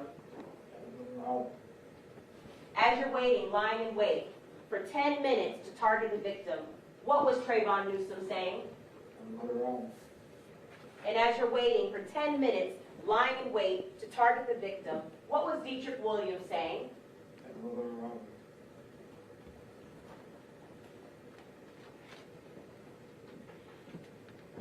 Eventually, does the victim come out? Yes. Who is he with? Some guy. Did it appear, from what you can tell in your vantage point, if the victim was armed? No. Did it appear, from your vantage point, that the victim even had any idea or knew, from your vantage point, based on his demeanor, of what you guys were about to do? That there was some danger that was approaching? No. Okay, so the victim gets in the car. What position does the victim get? What position of the car, his own car, does he get in? He's driving. What about the gentleman that you said, the black male that he was with? He's on the passenger side. And what happens next? They drive around and come, as they're coming out of the motorsports, usually drops them off. And Michael Boatwright and Trayvon Newsom get out and rob him. When you say get out, did the car, tell us the speed in which this happened. For example, did Michael Boatwright drive obeying the limits of the law and gingerly pull out in front of the victim? Or how fast was he going? Usually have no speed, no speed. Okay. How fast did Michael Boatwright get out the car? Very fast. How fast did Trayvon Newsom get out the car? Very fast. Was there any discussion prior to that the two of them, referring to Michael Boatwright and Trayvon Newsom, were going to get out the car at the same time, and then what they were going to do once they got out the car? No. Okay. How was it decided who was going to go to what side of the victim's car? For example, who was going to go to the driver's side or who was going to go to the passenger side of the victim's car? Letting the side. Okay. And where were you seated when you're watching all of this? Behind the driver's seat. So tell us, once Michael Boatwright gets out of the Dodge Journey and approaches the victim's vehicle, what does he, referring to Michael Boatwright, say and do? First, what does he say? Michael Boatwright. Yes. What is he saying as you're saying robbing him? What does he say? Pretty good. Okay. What is he doing? He has his rifle stuck inside the window. I'm sorry? He had Nice and loud. He had his rifle stuck inside, right inside the car, What side of the car? driver's side. How is he holding the rifle? He being Michael Boatwright. Show us with your hands the best that you can. Okay, so you're showing both hands? Yes. Now I see your hands are, you're in you're in custody, so your hands are handcuffed and shackled to your waist, correct? Yes. Okay, so I'm using myself as an example, okay? How high up? Tell me when to stop when I get to the height that he was holding the rifle. Right now. Okay, so Michael Boatwright is holding the rifle like this with two hands, Yes. and he's pointing it at the victim. Yes. Okay. How about Trayvon Newsom? What does he do once he gets out the car with his firearm? He runs to the car. He's putting on his necklace. Whose necklace? XXX. At that point, where was the passenger that was with Triple X? Then he's going. He ran out the car. Okay. And from which side of the car is Trayvon Newsom trying to take Triple X's necklace? Drive. Okay, so at the point that you're describing, both Trayvon Newsom and Michael Boatwright are on the driver's side, Yes. and while Michael Boatwright is holding the firearm on the victim, Trayvon Newsom is trying to take his property. Yes. What, if anything, is Triple X doing in response to any of this? I couldn't see. Could you hear what he was saying? No. What is Trayvon Newsom, if anything, what is he saying? Were you able to hear him? No. At some point, what happens next after they being Trayvon Newsom and Michael Boatwright are on the same side of the driver's side of the victim's car? What happens next? Michael Boatwright pushes tray lights to go on the other side of the car. Does Trayvon Newsom go on the other side? Yes. And what happens next? He reaches inside the car and grabs. Trayvon Newsom reaches inside the bag. Inside the car and grabs the bag. What bag? Triple X bag. Okay, do you remember what kind of bag it was? Yes. Tell us. The Louis Vuitton bag. What does Trayvon Newsom do after he grabs the bag? As he's grabbing the bag, shots are fired. Judge, I'm gonna ask him to speak into the microphone. As he's grabbing the bag, shots are fired. Who shoots the shots that are fired? Michael Boatwright, And who does he shoot? Triple X, Where does he shoot him from? What side of the car? driving. So if Triple X is in the driver's seat and Michael Boatwright is in the driver's side, the shots are coming onto Triple X's left side or right side? Which side? Left side. Okay. And what happens how many times do you recall that Michael Boatwright shoots Triple X? Maybe like 2 or 3 times. What does Triple X do as a result of that? Let's see. What does Michael Boatwright do next? Let me get back in the car.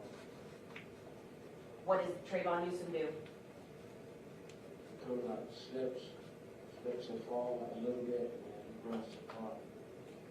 What does Dietrich Williams do? Now, are all four of you back in the Dodge Journey? Yes, What does Dietrich Williams do? he drives off. How long does this take from the point that Dietrich Williams cuts off the victim from leaving Reba Motorsports and Trayvon Newsom and Michael Boatwright get out and shove guns in the face of the victim? How long does all this take from start to finish? That's the few minutes. At some point, and I'm going to get into what happened after the shooting, at some point you realized there was surveillance of everything that we're talking about today, correct? Yes. Now, may I approach, Your Honor? You may. I'm going to show you what has been pre-marked for identification in States B.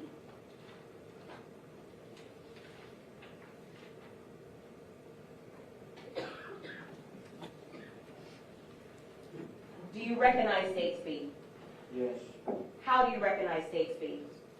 I have this phone. And what else? Date.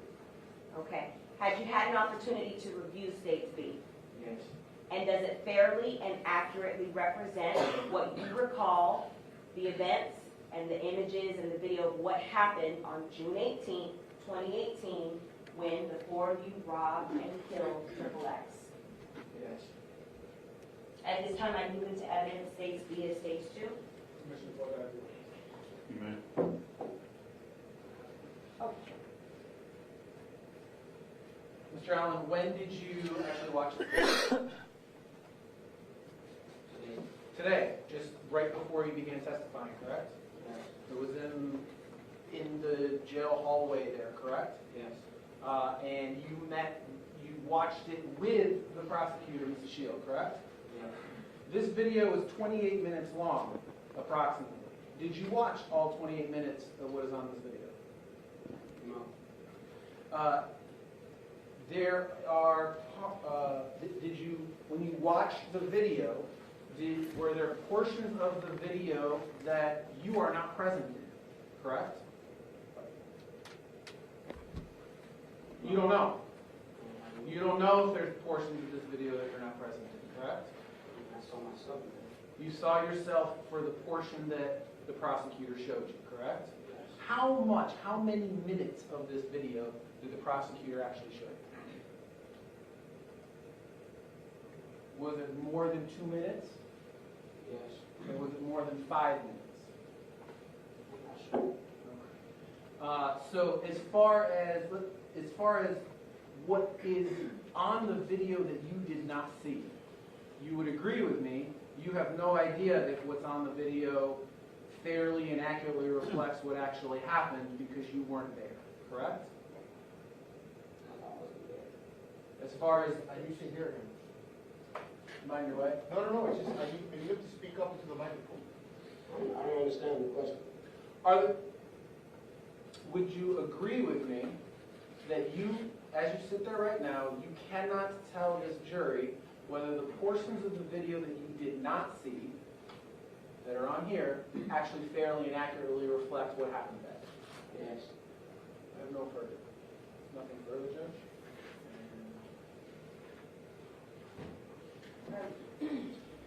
Any other objections other than previously? Renewing the previous objections and also based on the information the witness gave. Consistent with your previous? Yes. All right, Joint, same grounds on behalf of Mr. Newsom, Your Honor. thank you. I'm moving it into as States 2.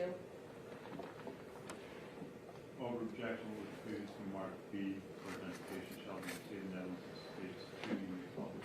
Thank you, Your Honor. So, Mr. Allen, while the clerk is marking the exhibit, in a moment, I'm going to, with the court's permission to publish it, which you've given. Ready? Okay, thank you. Actually play the video for all of us. I'm going to play it one time through, all the way through, and then I'll ask you questions about it, okay? Once it starts to play, have the lights in, please. Thank you. Okay. Thank you, Your Honor. And the witness will note that the screen in front of you is going to show exactly what's on the screen behind. Yeah. So as Ms. Buckaloo is queuing up the video, you've met me before today, correct? Yes. Okay. Have we watched the surveillance video from Reba before today? Yes. Have we watched it in its entirety together before today? Yes. We've watched it actually together multiple times, correct? Objection meeting. Roll.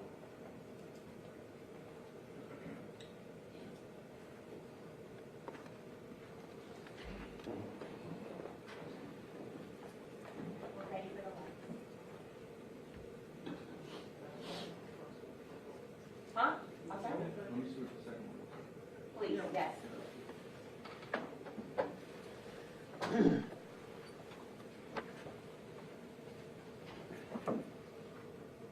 Okay, so we're gonna let it play all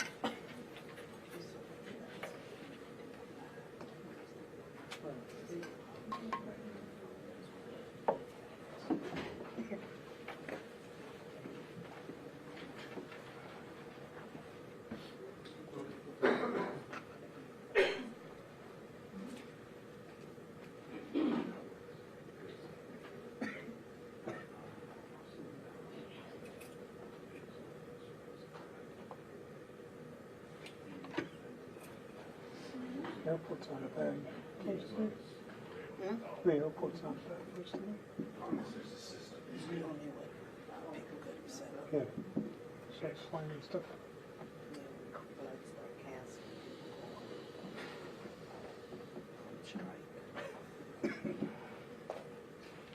Used to have like a group taser. Be able to get like 15 on one shot.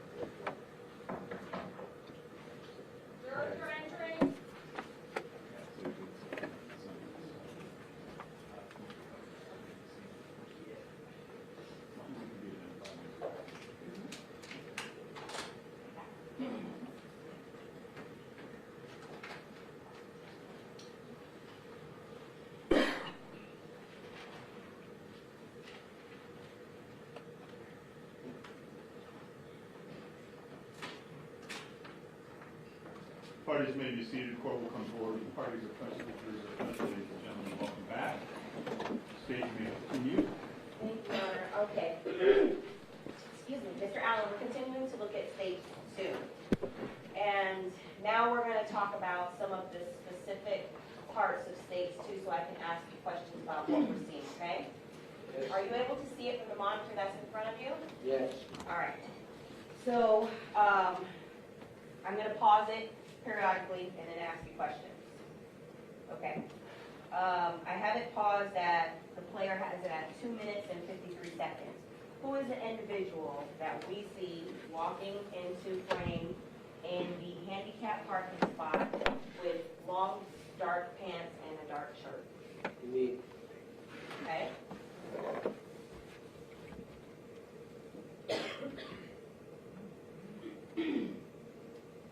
Who is the individual? I have it paused right now at 2 minutes and 59 seconds.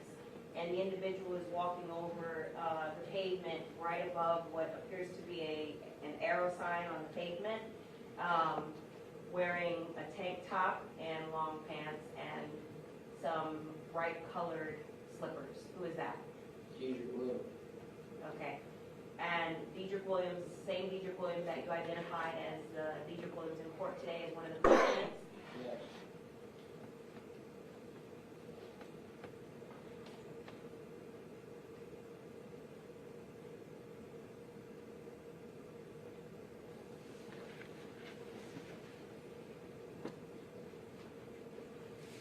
Now, I'm pausing because you're about to walk in, appears like the structure and the building of Riva Motorsports. When you earlier were testifying before Stage 2 was published about you and Deidre Williams going inside to verify if XXX was actually in fact inside the store, is this the moment that you're talking about, that you're walking into the store to do that? Yes.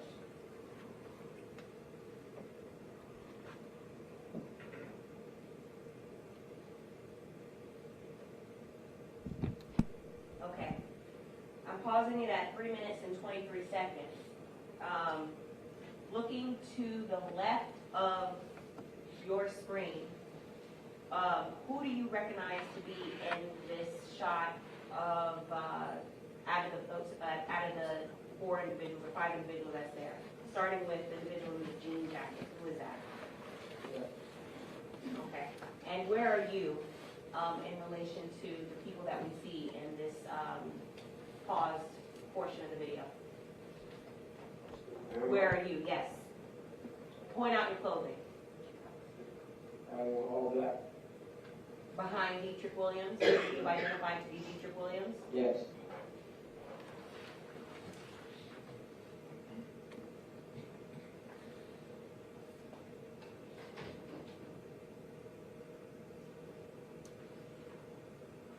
I'm pausing it at 3 minutes and 35 seconds right now.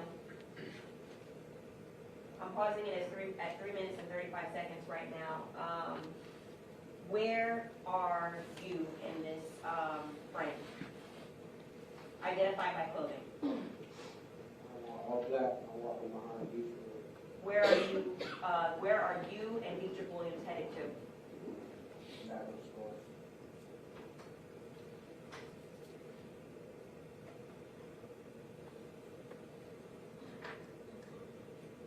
Now I'm pausing it at 3 minutes and 43 seconds. And you appear to be holding something in your left hand. What are you holding? My cell phone. And why are you holding your cell phone at that point? I'm trying to call Michael Boatwright. Now, you referred to earlier when you tried to place a phone call to Michael Boatwright and you indicated that the phone call did not connect to Michael Boatwright. Is this the portion that you're talking about when you were in the store? Yes.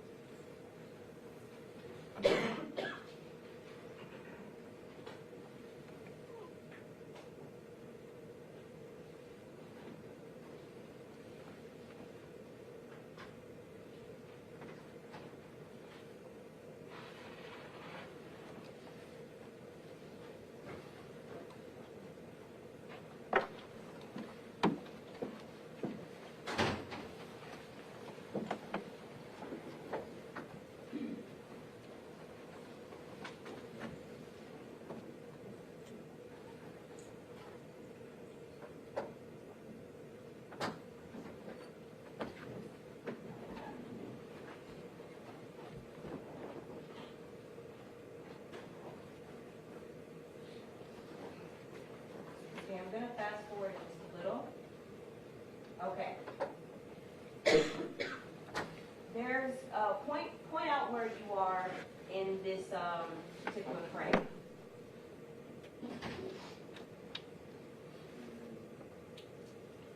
Are you in the upper left hand corner? Yes. Okay. Do you see at the counter, there is someone with a hat, it looks like a camouflage hat that's on backwards? Yes. Who is that person? Okay. Did that person arrive with you in the Dodge Journey that day on June 18th, 2018? No.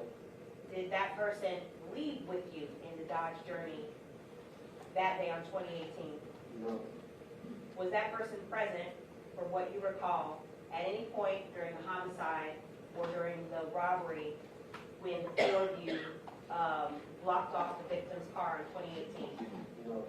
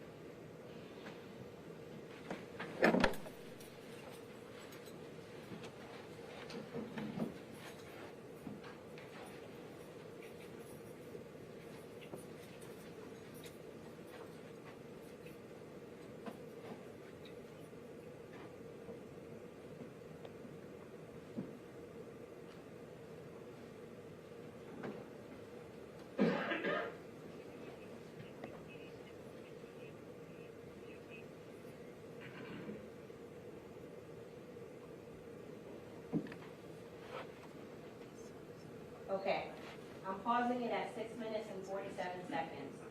Do you see there's 3 individuals walking, it appears like towards the front of the store with their back towards the camera? Yes. Okay. The individual wearing all black without a hat, who's that? Me. How about the individual with the backwards hat, and it looks like white socks in the middle? I don't know. And the individual on the left with the light colored tank top? Now, did the individual in the middle, I'm going to continue to let it play, do you know what vehicle he got into to leave? No. Did he get into the Dodge Journey? No. Did at any point in time, did you see that individual in the middle shoot XXX? No. Did you even see a firearm in that individual's hands? No.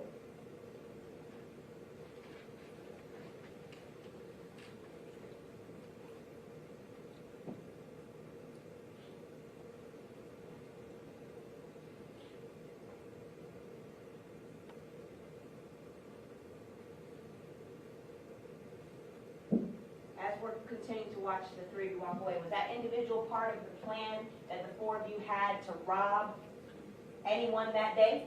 No.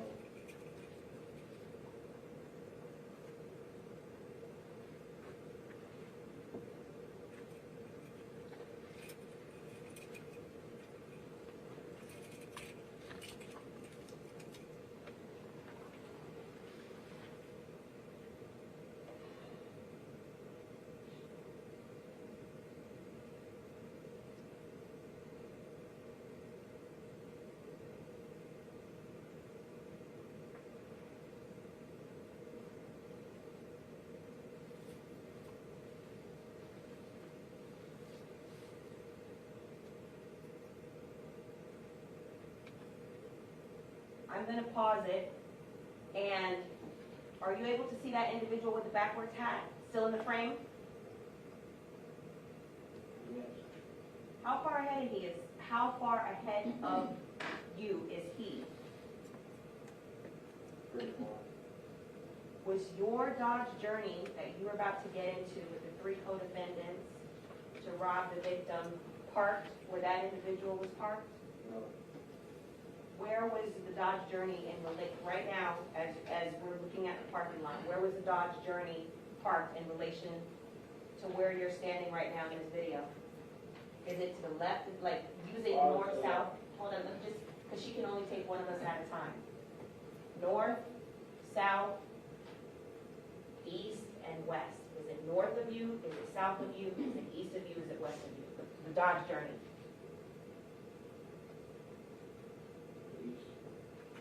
Okay. And which direction are you guys walking in?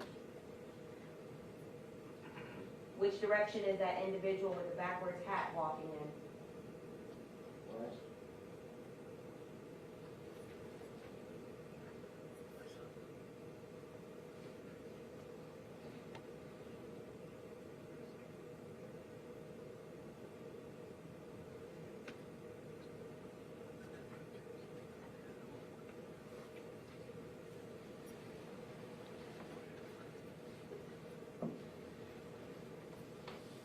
Pausing it again at 8 minutes and 23 seconds. At this point, do you ever see that individual with the backwards hat again after this point when you're walking to your car in your whole entire lane? No.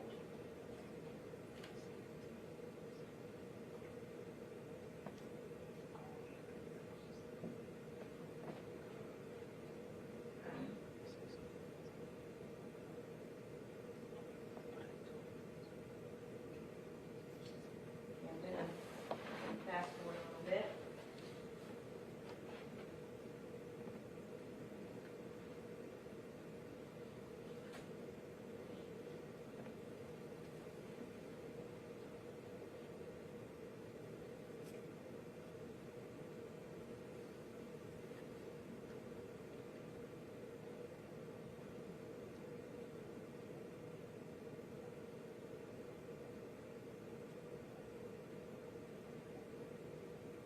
Pausing it at 17 minutes and 54 seconds.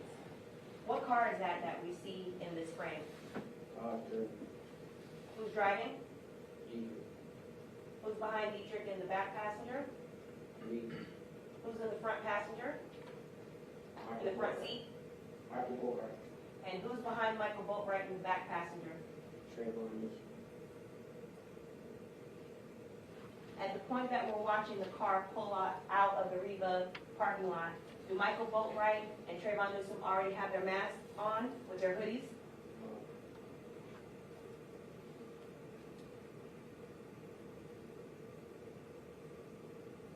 Are you able to locate where the Dodge Journey is at this point? Yes.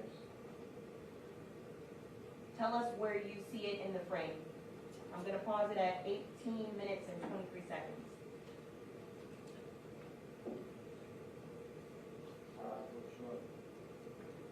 Okay. Can you work circle? No.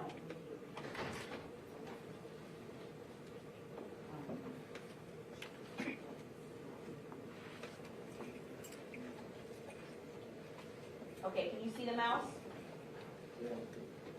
All right. This is the top of the screen. I'm circling the mouse at the top of the screen. This is the bottom of the screen. And this is going to be your left and your right. Where should I place the mouse as to where the Dodge Journey is? Top. Okay? Slightly to the right. Do I need to keep moving it over? Or A little bit. tell me when to stop? Top. Okay. A little bit to the left? Yes. Right. Okay. Where I place the mouse and I'm now circling it. Is that, what car is that? And are you still in, are the four of you still in the same position that you just testified about in the car? Yes. At what point now, as the car is backed in, are you able to observe Michael Boatwright start to put on his mask and start to put on his hoodie in preparation to rob and kill the victim? You said what moment? Yeah, what moment? We're watching it play, so tell us at what moment did he start to do that?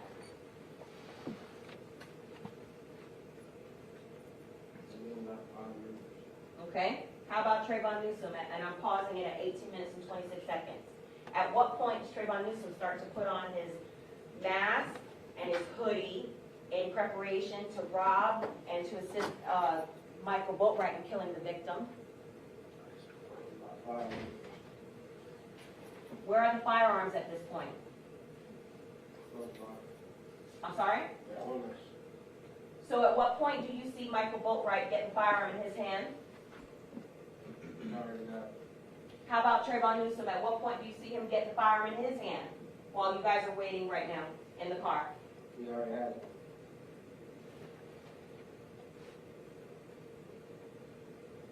Okay, I'm letting it play.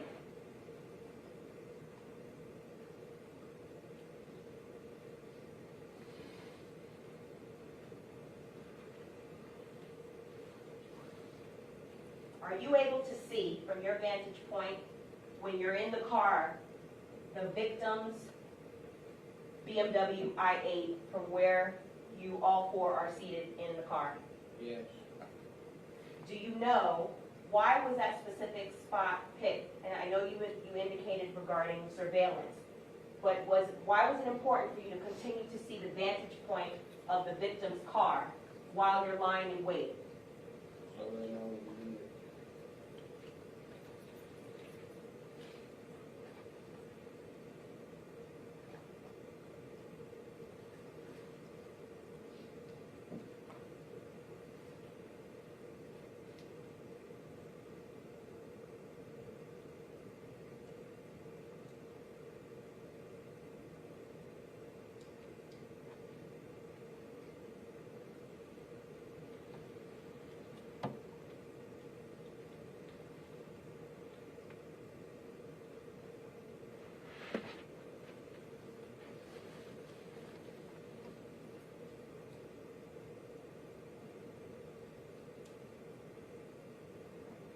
And I'm going to ask you while it's playing right now, but I'm going to ask you to stay focused on the Dodge Journey that you're in with the 3 co-defendants as the 4 of you are lying in wait for the victim to come out. Because my next question will be in that area, okay? Yes.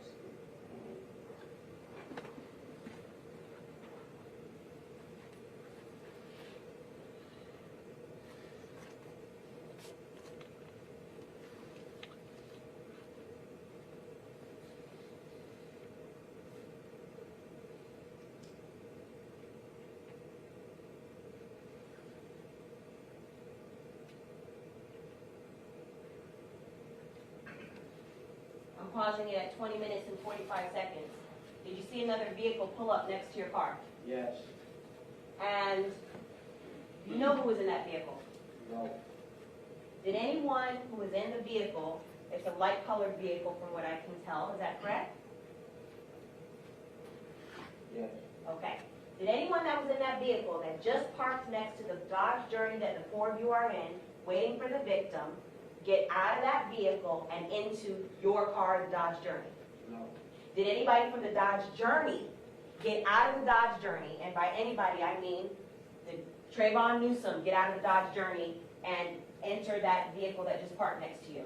No. Did Michael Boatwright get out of that Dodge Journey and enter the car that's parked next to you? No. Did Dietrich Williams get out of the Dodge Journey and go into the car that's next to you? No.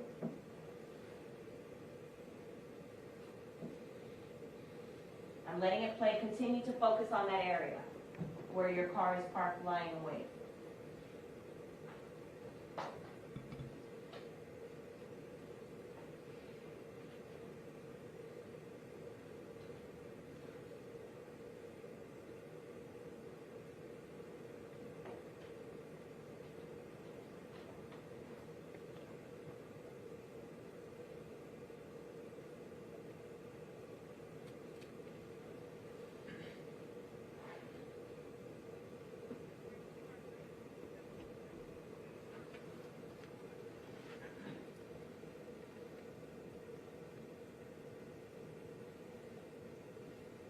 I'm pausing it at 21 minutes and 34 seconds.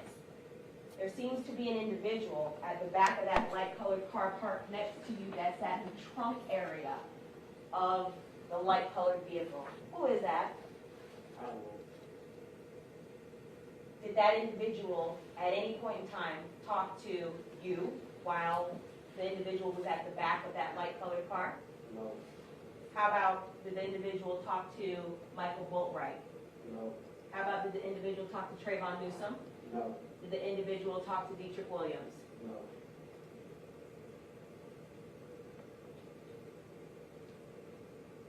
I'm pausing it again at 21 minutes and 38 seconds. It appears that the individual is now bent over into, it appears the back of the light colored car. You know what the individual is getting out of the back of that car? No. I'm letting it play.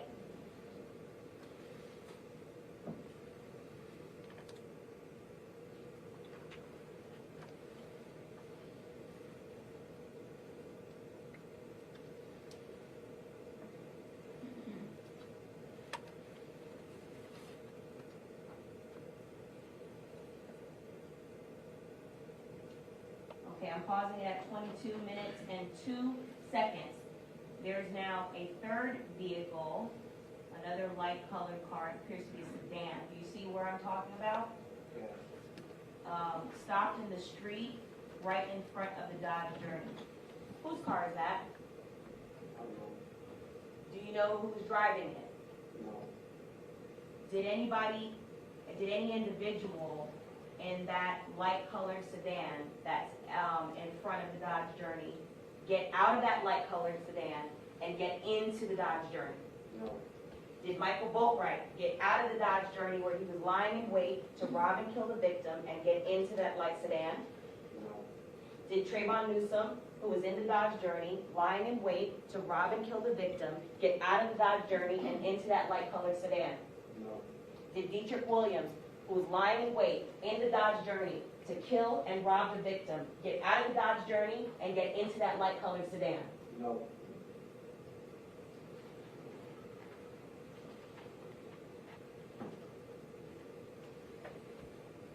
I'm continuing to let it play. Did anyone in that light colored sedan speak to any one of the four of you while that car was parked in the street like that? No.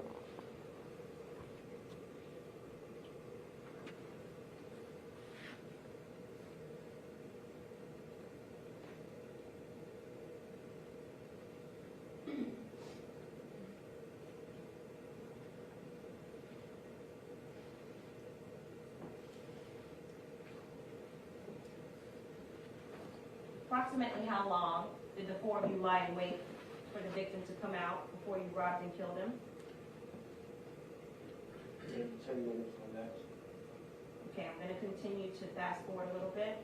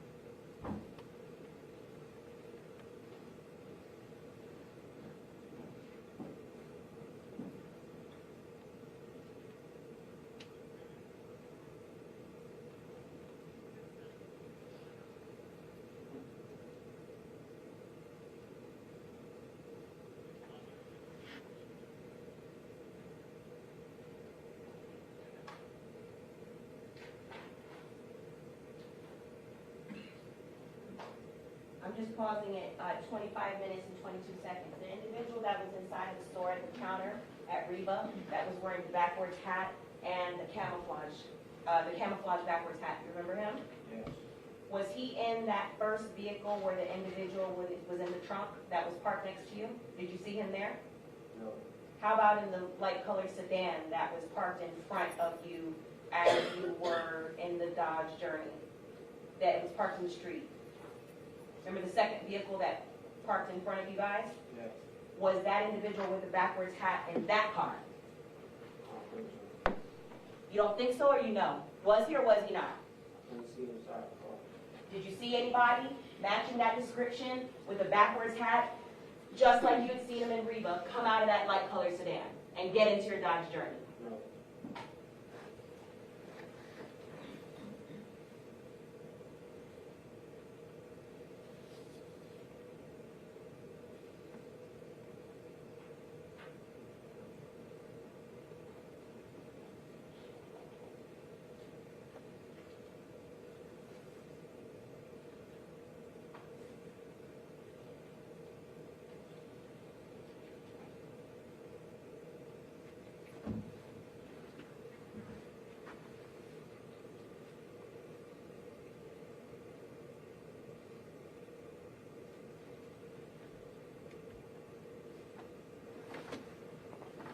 I'm going to pause it just before the victim is getting to the exit. It's 25 minutes and 58 seconds.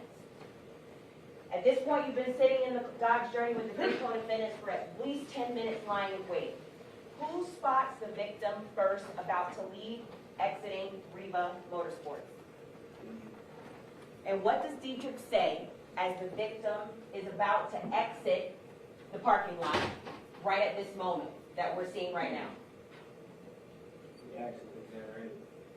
He said what? He asked Michael and Trayvon, are they ready?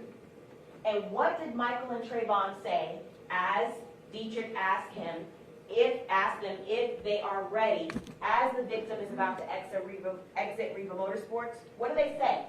Yes.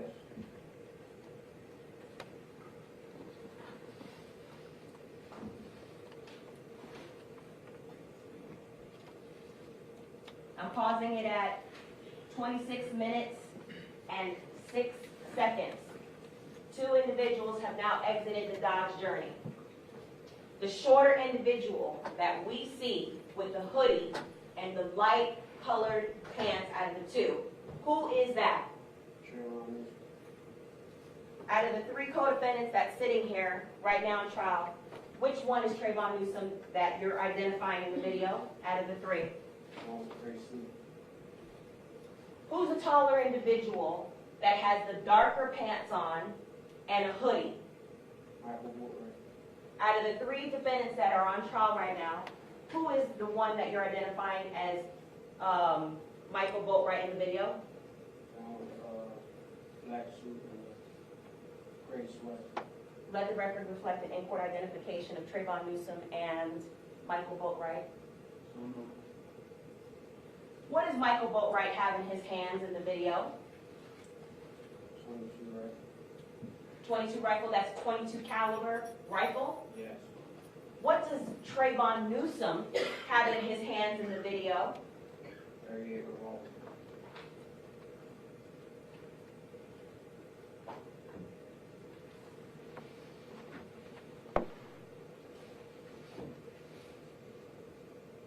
Who is the individual that's leaned over more and it appears to be inside the car on the driver's side? Trayvon.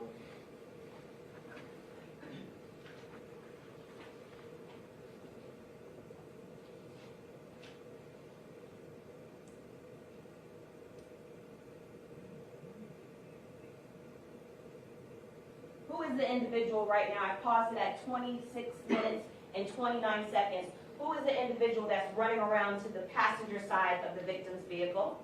Trayvon. Who is the individual that has a firearm pointed, what appears to be at least the level of the victim's head as the victim is in the driver's seat? Michael Bori.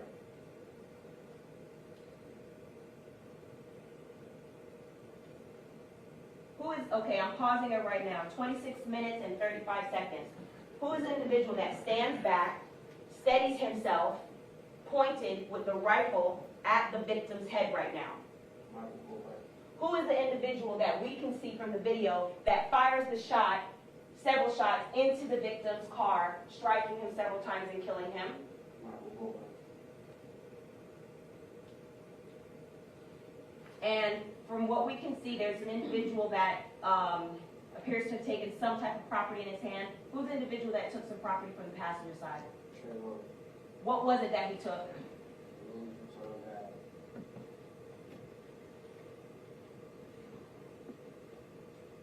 I'm pausing it at 26 minutes and 42 seconds. All four of you are back in the car right now? Yes. What on earth was said after this homicide just happened, now that all four of you were in the car? Objection to hearsay. Chairman, I vote right, why did he shoot him? What did Michael Boatwright say? As he grabbed, he reached for the gun. What did Dietrich Williams, if anything, say at this point, as he's driving away, fleeing from the scene?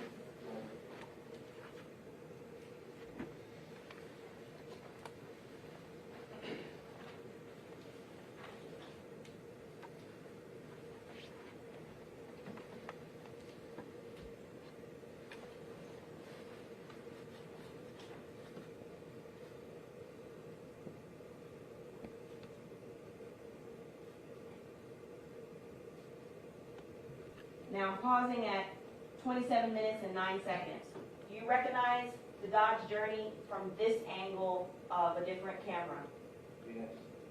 Point out where the Dodge Journey is. I can use the mouse again. Is it at the top of the screen, bottom, left, or right?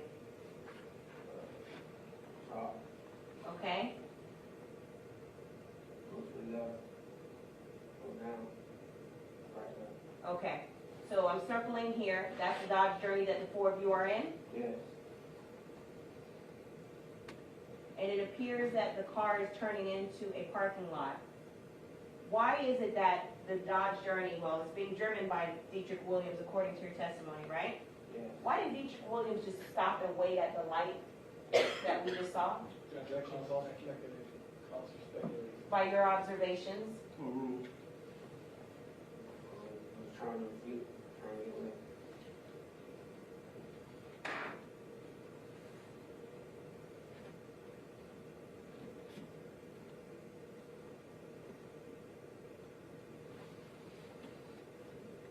Now, I'm going to use the same method again with the mouse. You see the Dodge Journey from this angle stopped at 27 minutes and 26 seconds? Yes. Direct me where you see the Dodge Journey. Is it the top of the screen, bottom, left, right, or left? Top. Okay? Right. Okay? Go down. Right there. Okay. So I'm circling where you've indicated the Dodge Journey is, correct? Yes. Now, we just saw the Dodge Journey. It appears to go through the parking lot. Why is it that the Dodge Journey went through the parking lot, as far as you know, and didn't stop for gas or for some groceries inside that store? Because the light was red and we were trying to get away from the scene. Why were you trying to get away from the scene? Not be arrested. I couldn't hear you. Ms. Hill was coughing. Can you please repeat it again, nice and loud, for all of us to hear?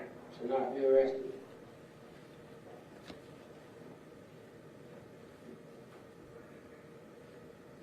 One moment.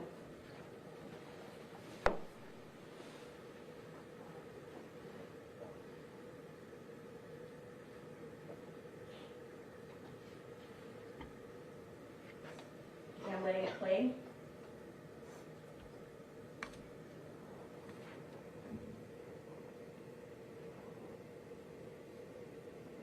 Okay, it appears that the video has moved back.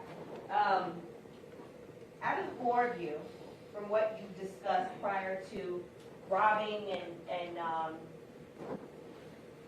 killing the victim, did any one of you, as far as you know that Jose Enfoy, that you referred to as X, had all of his cash, or any cash, in the Louis Vuitton satchel that he was carrying?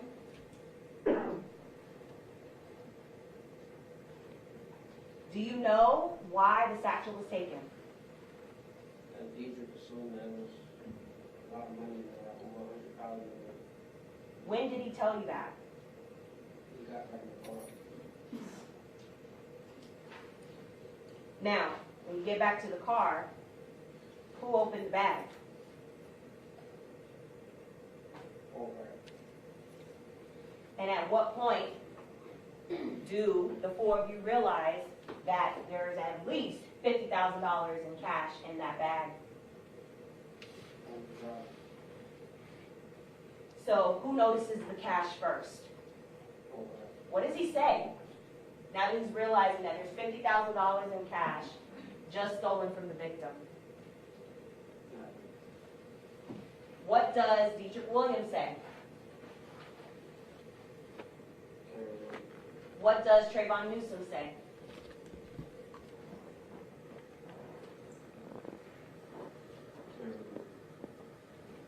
Do at any point while you're driving, or it could be after, is there a plan on how the $50,000 is going to be allocated between the four of you? Do you get any of that portion of the $50,000? How much did you get? How much did Dietrich Williams get? How much did Trayvon Newsom get? How much did Michael Boatwright get? Why did you only get $5,000 when Michael Boatwright got $15,000, Trayvon Newsom got $15,000, and Dietrich Williams got $15,000? Who made that decision? Tell us about that. What was that conversation where Dietrich Williams said that you were only going to get $5,000 out of that $50,000? He actually said I wasn't going to get nothing. Speak up nice and loud, I can't hear you. He actually said I wasn't going to get any money at all. Did he? Yes. And what did you say in response to that? Nothing. What did Michael Boatwright say in response to that? You gotta give him something. He was there. Referring to you. Yes. And did Trayvon Newsom say anything in regard to that? No. So when Michael Boatwright speaks up and says that you should get something, what did Dietrich Williams say? Nothing. So who then decides to give you $5? Mark. Now when I say decide, was the cash, tell us, was the cash in front of the four of you and you're literally taking a pile of it, he takes a pile of it? Describe that in detail, how that works, or how that worked. Yeah, I'll take. The money's in $10,000 bands. They all three grab one, and then Michael gave me $5,000, and they split the rest. Okay, so the money was in bands. Have you ever seen when a stack of money comes from a bank? Yes. Can you describe, was it like that, or was it a rubber band? Tell us how the money was, how you saw it It packaged. actually came from the bank. Okay, and it was in a $10,000 band? Yes. What was the amount of the bills that were in that $10,000 band? What was the denomination? Each, was it 5, singles, tell us? $100. Okay.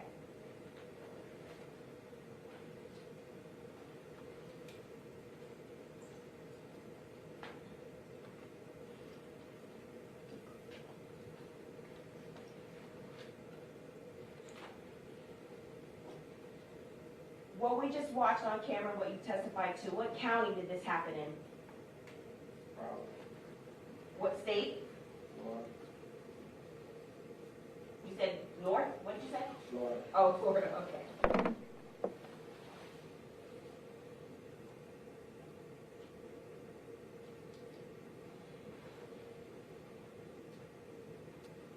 Where did you go from there? We saw the video stop at a certain point, and I say you, collectively, all four of you.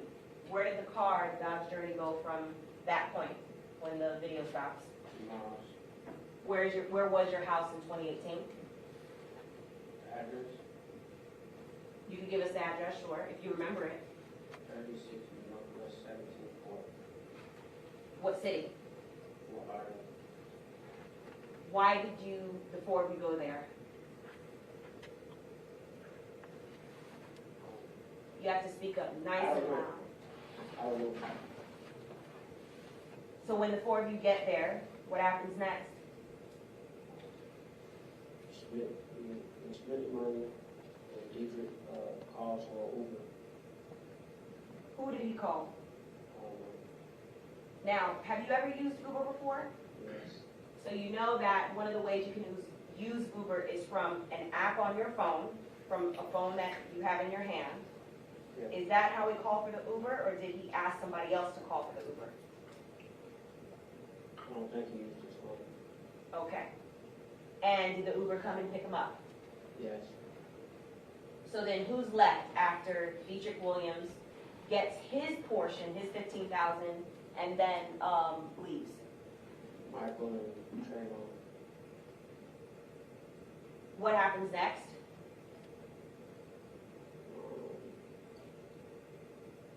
A couple, like probably 10, 15 minutes, they moved the car to the apartments across the street from mine.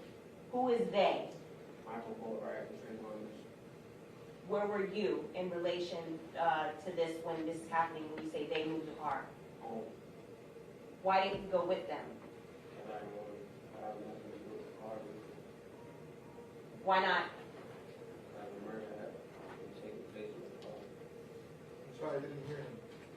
Nice and loud. Because a murder happened in that car. Okay. When you say happened in the car, meaning the car was related to a homicide? Yes. Okay. So, so then now you're by yourself, and at some point, do you, well, let me ask you, before Trayvon Newsom and Michael Boatwright go to move the car, what happened to the firearms that were in their hands? Starting with Michael Boatwright, the .22 caliber rifle that he had just used to shoot and kill the victim. Where did that firearm go? I don't know. They left with it. Michael and Trayvon left with it.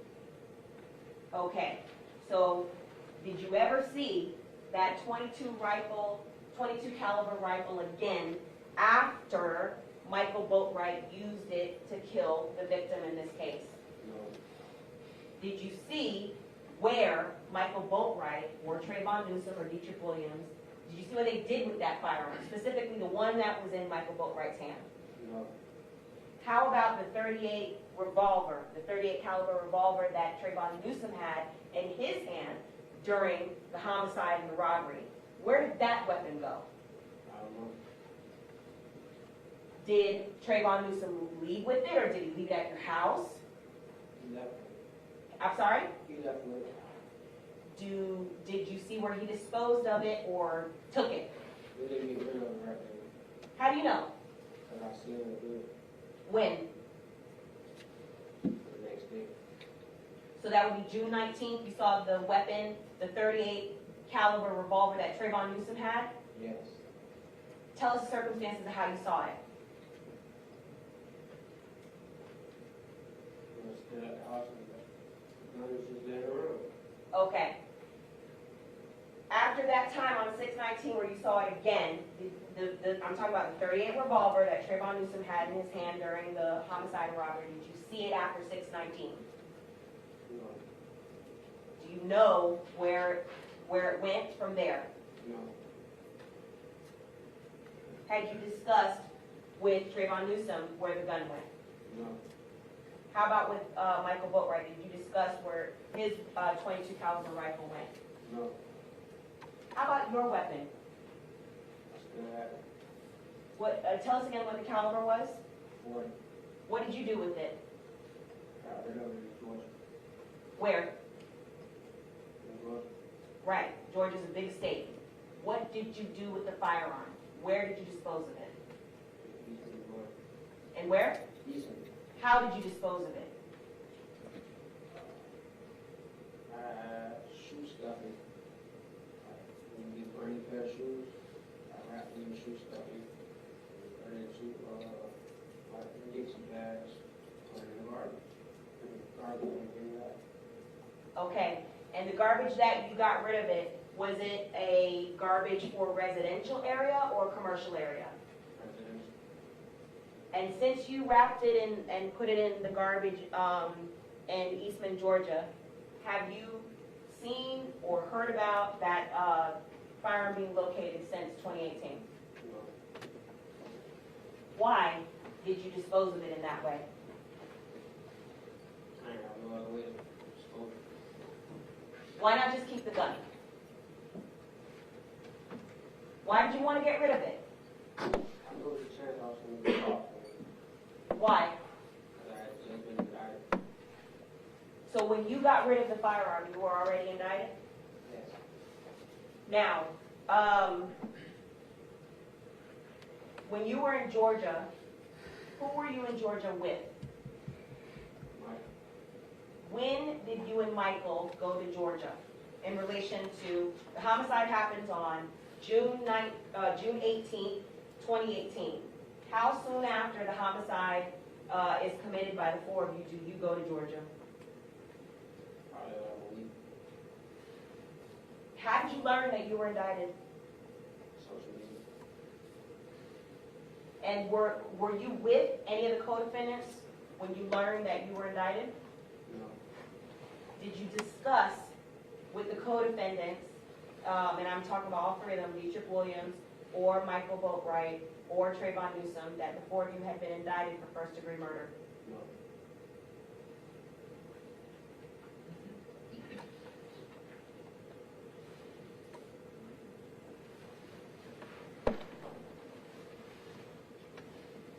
Why was Michael Boatwright with you in Georgia? He didn't want to leave me. He said what? He didn't want to leave me. Why?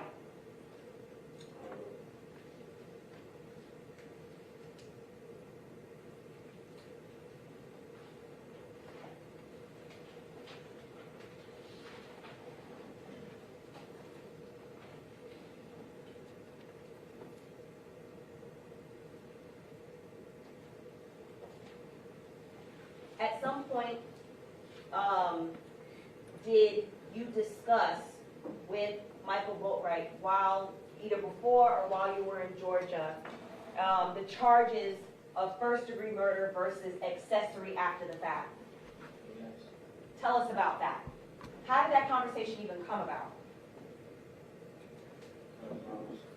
Nice and loud, remember, nice and loud. I was kind of bugging out, saying that like, I want to be charged with murder, and I ain't do nothing. He was like, he look it up on his phone. He look up accessory on his phone. And he showed me, like, what's the most you can be charged with. I'm all right, just chill. Michael Boatwright basically legally advised you that you could just be charged with accessory? Yes. What did you do when he attempted to legally advise you about that?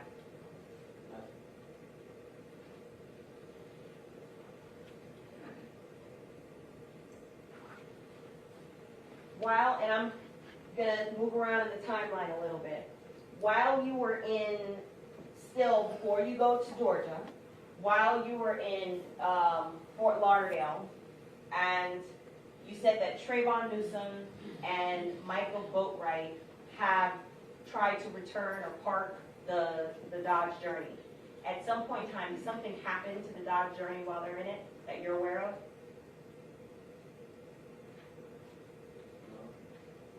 Was the vehicle crashed? Objection leading. When all three of us was in the car, Sustained. yes. So all three of you were in the car when the vehicle was crashed. Yes. Tell me about that. What happened? Who's driving? Michael Booker. Who's the front passenger? Me. And who is in the back seat?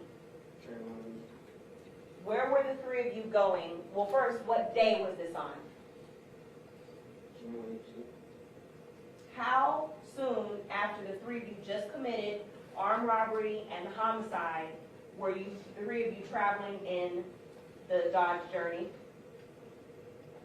was like an hour and a half. Okay. Where was Dietrich Williams? Home. When you referred to him as leaving with the Uber, he had already left with the Uber? Yes. So the three of you were left? Yes. Okay. And where were you going at that point in time, the three of you in the Dodge Journey, an hour and a half after the homicide? So the car wash. Why?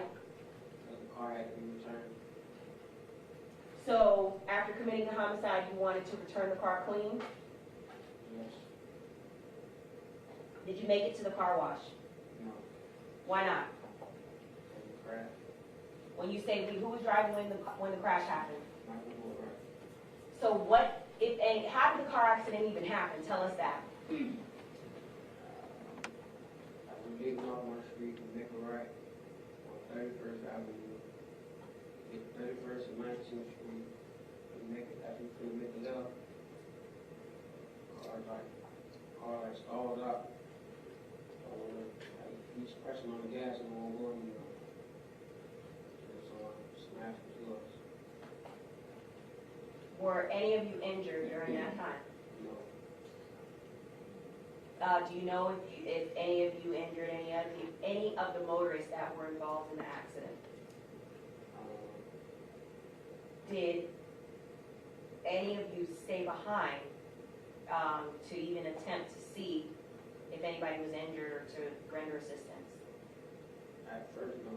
So tell us about that. At first, what is the first thing that happened that the three of you do after you just crashed a Dodge Journey?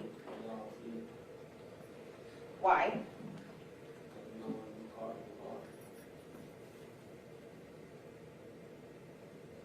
Did one of you tell the others to run, or tell us how that worked? It was just a reaction. Okay, so just all three of you just started running. Yes. Were you running in the same direction? No. So what direction did you run in? I ran up 31st, What direction did Michael Boatwright run in? up 19th, and ran into the Driftwood apartment. How about Trayvon Newsom? What direction did he run in? He ran towards my house. At some point in time, did you all meet back up again after this car accident just happened? Yes. Where? Me and Michael met up. He found somebody in the apartments to pick us up. And I'm coming up the street. They're coming out of the apartments and pick me up, and we going to them. When you say they, Michael Boatwright and who? I don't know. At the point where you're picked up by Michael Boatwright and the other individual that you don't know, where is Trayvon Newsom? Running towards my house. Okay, but he's not with you in the car. No. At what point do you and Michael Boatwright eventually catch up with Trayvon Newsom? Probably like an hour or two later. And I couldn't hear you? Probably like an hour or two later. Okay, an hour or two later. And where do the three of you then reunite again? Michael Boatwright's house. Why Michael Boatwright's house? At some point, at any point, did one, two, or all three of you return back to the crash scene where you left the Dodge Journey? Yes. Tell me about that. What happened? Trayvon was that. Why Trayvon and not you? Because Trayvon has license. I have license too, but I wasn't going near the car again. So Dietrich kind of like forced me to go. How did Dietrich Williams force Trayvon to go back to the scene of the car crash, to the car? What was that conversation? Tell us what Dietrich Williams said. You gotta go back and go get it. You got to go back and get the car. Why? Did he say why? No. And- You gotta go get it. And so Trayvon actually listened to Dietrich Williams and then just went back and got the car? Yes. Where was Michael Boatwright when this was happening? With me. So the four of you were together, reunited again? No. You said, where was Michael Boatwright when the car was getting, it was just me and Boatwright together in Villa? No, what I'm asking about is, at the point where you're saying Dietrich Williams is, you said he forced Trayvon Newsom to go back to the scene and go get the car. Yes. Where's Michael Boatwright during this interaction? With me? So the four of you are together in person? No. Okay. So three of you are together in person. So two of us, just me and Michael Boatwright. Trayvon, Chucky calls Trayvon. First he calls us, called me and Michael Boatwright. Asks us what's going on. We tell him that the car's crashed, whatever. And tell him we're not going back to the car. We being who? You and who? Me and Michael Boatwright. Tell Dietrich Williams on the phone that you're not going back to get the car. Yes. Okay, so then go ahead. What happens next? Teacher calls Trayvon. On three-way. No. How does he call him? He just calls him. He hangs up with us and he calls him and tells him to go get it. Okay. So then, He calls him back and tells us what he just told Trayvon. So Dietrich Williams calls you back and tells you what he just told Trayvon, Yes. and what do you say? No. What does Michael Boatwright say? No. At some point, do you actually speak to Trayvon? We're just talking about that same moment before he goes back to the car. No. How about after he goes back to the car? Yes. Tell us about that conversation. He said he almost got arrested. Go ahead and tell us what Trayvon Newsom says after he went back to the car, after Dietrich Williams just forced him to go back to the car. He said he almost got arrested, and they gave him a ticket. They who? Who was he referring to? Law enforcement. A ticket for the crash? Yes. And so he didn't get the ticket, but he said he almost did. He got He got the ticket. Okay.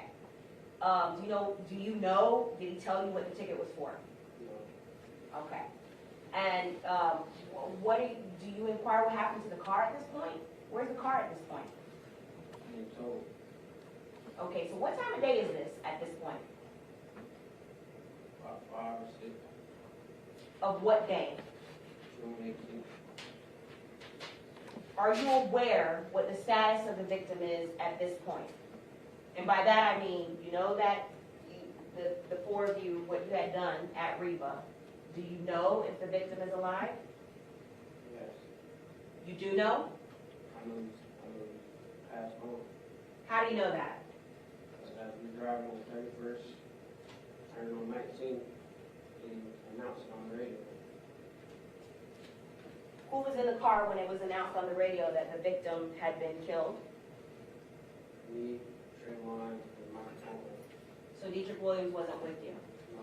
What was the conversation between the three of you after just hearing on the radio that the victim did not survive the injuries that the three of you sustained or gave him? We all looked at each other. Or actually turned the music up. You turned the music up after learning that he had just killed the victim. Yes. What did Trayvon Newsom do? Just help me. What did you do? At any point, when the three of you are in the car, after you just learned that you had killed the victim, did any one of you communicate that to Dietrich Williams? Or talk about it with Dietrich Williams that the victim did not survive? Not at the time. Did there come a point in time when you did? Yes. When was that? We were at Boatwright's house. Same day of June 18th? Yes. Okay, so now you're back at Boatwright, meaning Michael Boatwright's house? Yes. And tell us now, why did you go back to Boatwright's house? I can't hear him, Judge. It was away from the car accident. Okay, so this is after the three of you ran in different directions, and then you met up again at Michael Boatwright's house. Yes. Tell us about that conversation that you had with Dietrich Williams about the victim not surviving what you just had done at Reba. Wasn't much said. Tell us what was said. Judge, I'm sorry, for the record, I'm gonna need him to start talking and not longer. It's driving me crazy and I need to listen. Judge, I'm going to object to the speaking objection and all of that extra Right. commentary, please. Sir, if you'll just, when you lean in a little bit closer, it comes out nice and clear. Thank you.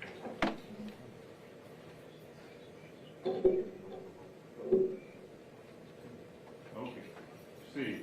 Thank you, Judge. Just one moment.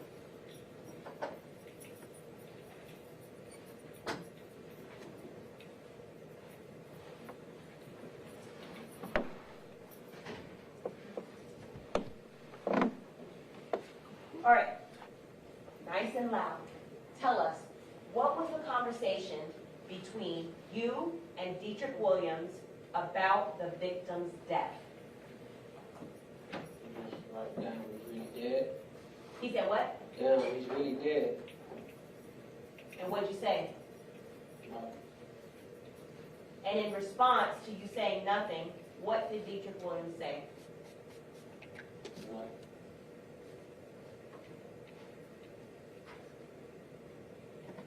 What kind of phones did you have back in 2018? Do you recall?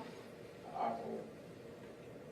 What kind of phone did Dietrich Williams have in 2018? iPhone, What kind of phone did Michael Boatwright have in 2018? iPhone, What kind of phone did Trayvon Newsom have in 2018? Android, Android. yes, So in 2018, the model that Trayvon Newsom had, the Android model that he had, was it an older model or a newer model? older, Did he commonly have his phone on him, he being Trayvon Newsom? yes, Was the phone commonly charged during that time? no, And when I'm saying during that time, I'm talking about during the time of the homicide, correct? It was not normally charged? no, And how about during the time that he was living with you for that 2 to 3 months? Was Trayvon Newsom's phone normally charged? no, Do you know why or why not? it goes dead fast, Okay. And so, during the homicide, did you have your phone on you? yes, Did Michael Boatwright have his phone on him? yes, Was it turned on and, as far as you know, working? yes, Did Dietrich Williams have his phone on him? Was it turned on and, as far as you know, working? yes, How about Trayvon Newsom? Did he have his phone on him? yes, Was it turned on, charged, and working? no,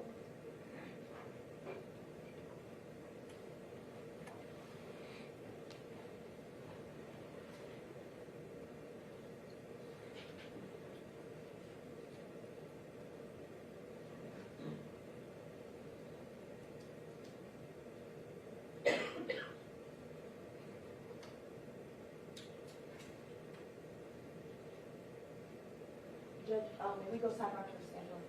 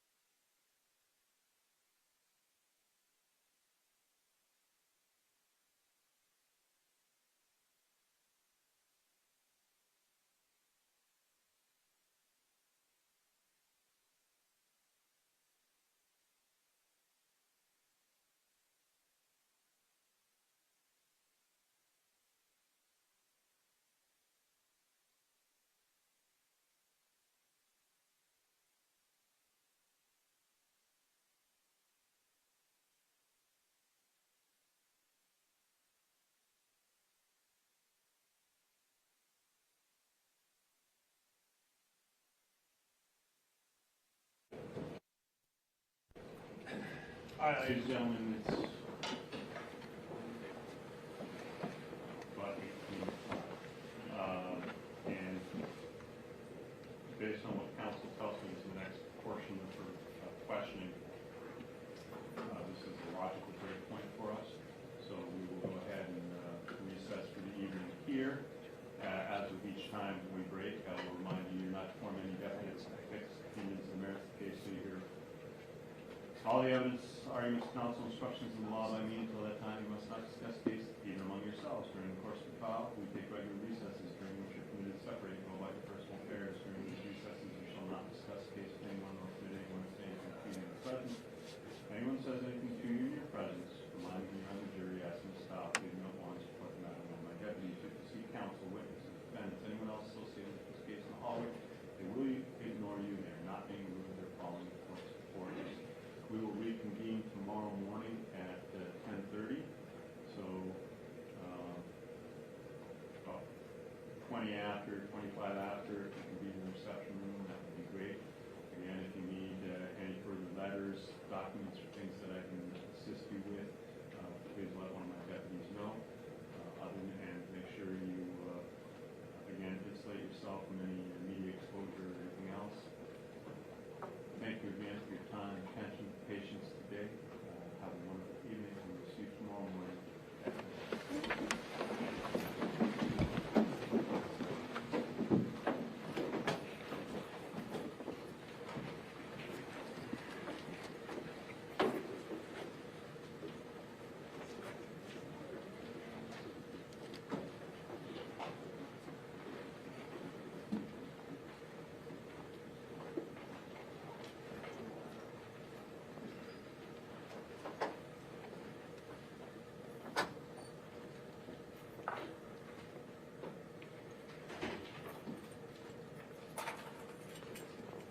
Parties present, jurors are asking, okay, we can excuse the witness for now, correct? Yes, Your Honor. Okay. With the, he didn't hear anything on sidebar, so Yeah, I can just say right now. So, Mr. Allen, you are going to be temporarily excused. You will be back tomorrow at I'm going to bring you up 10:15, 10:30, something like that, to continue with your testimony. You are not to discuss your testimony with any other witness or state or anyone else since you are now on the stand, okay? And I will remind you tomorrow that you are still under oath. At this time, you're excused. You can Sorry, Judge, that means he can't talk to me either? Is that what you're you can talk to counsel, but you,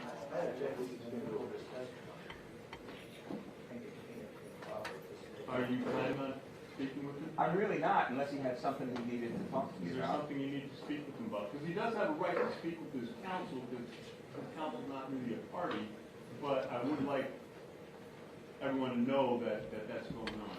Right, and I don't have any, I'm not gonna be talking to him, I'm not gonna be talking to Mr. Lewis to talk to him or using him as a proxy, I will not do that. Mr. Allen, did you need to speak with your counsel tonight? Yes. I would continue to object, it's not part of his testimony, it's in the middle of his testimony. He hasn't said anything that you need a lawyer about what he might testify to, about any jeopardy he would have. So I can't see that being anything other than a problem at this point in our trial. He has privilege to talk to his attorney. We don't know what he wants to talk to him about, nor does he have to disclose it. He can talk to him about anything, and Mr. Ramirez or anybody won't know. So I don't see how any order can be entered. He has an absolute right to talk to his counsel. He has a counsel to speak for him. I don't know why Mrs. Shields insists to speak for him. Because I represent the state, and I can speak at the state. Excellent. All right, thank you. Jim? Yes, sir. I mean, I don't know if he's indicated he wants to speak to me.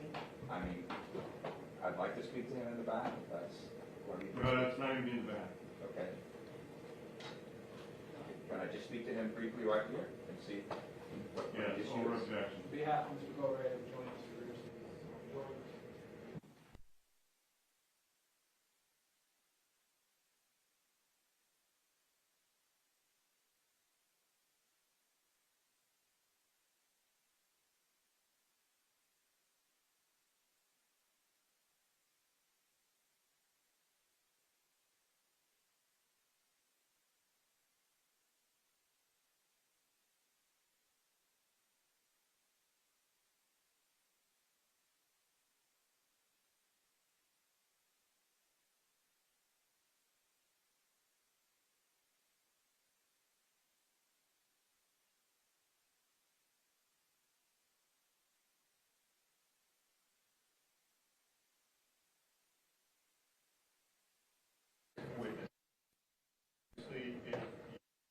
any of your clients choose to testify, they actually can speak to you even when they're on the stand because you're their counsel. But so there are some exceptions to this.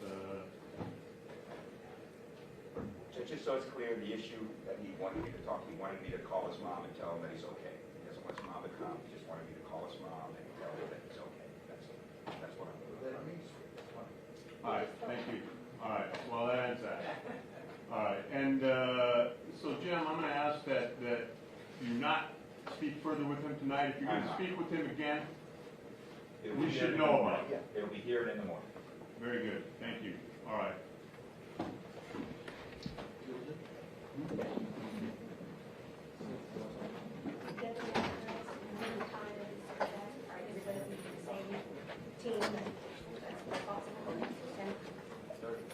Ten 15, Judge says. I want him up first, and we'll, before the jury comes out, we can place him over there, then the defendants will be brought up, they'll be placed over here, then we can put him from there into the box, then the jurors will come out. Thank you. Thank you. Thank you, Deputy. You open yet?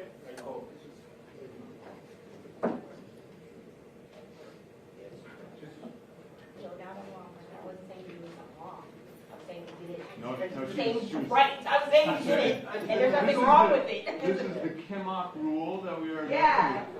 Do as I say, not as I do. I tried before, it was locked, I'm not sure if it's open, you wanna try? Yeah, look at it, if we all agree, I'm I'm happy to. gonna do it right now.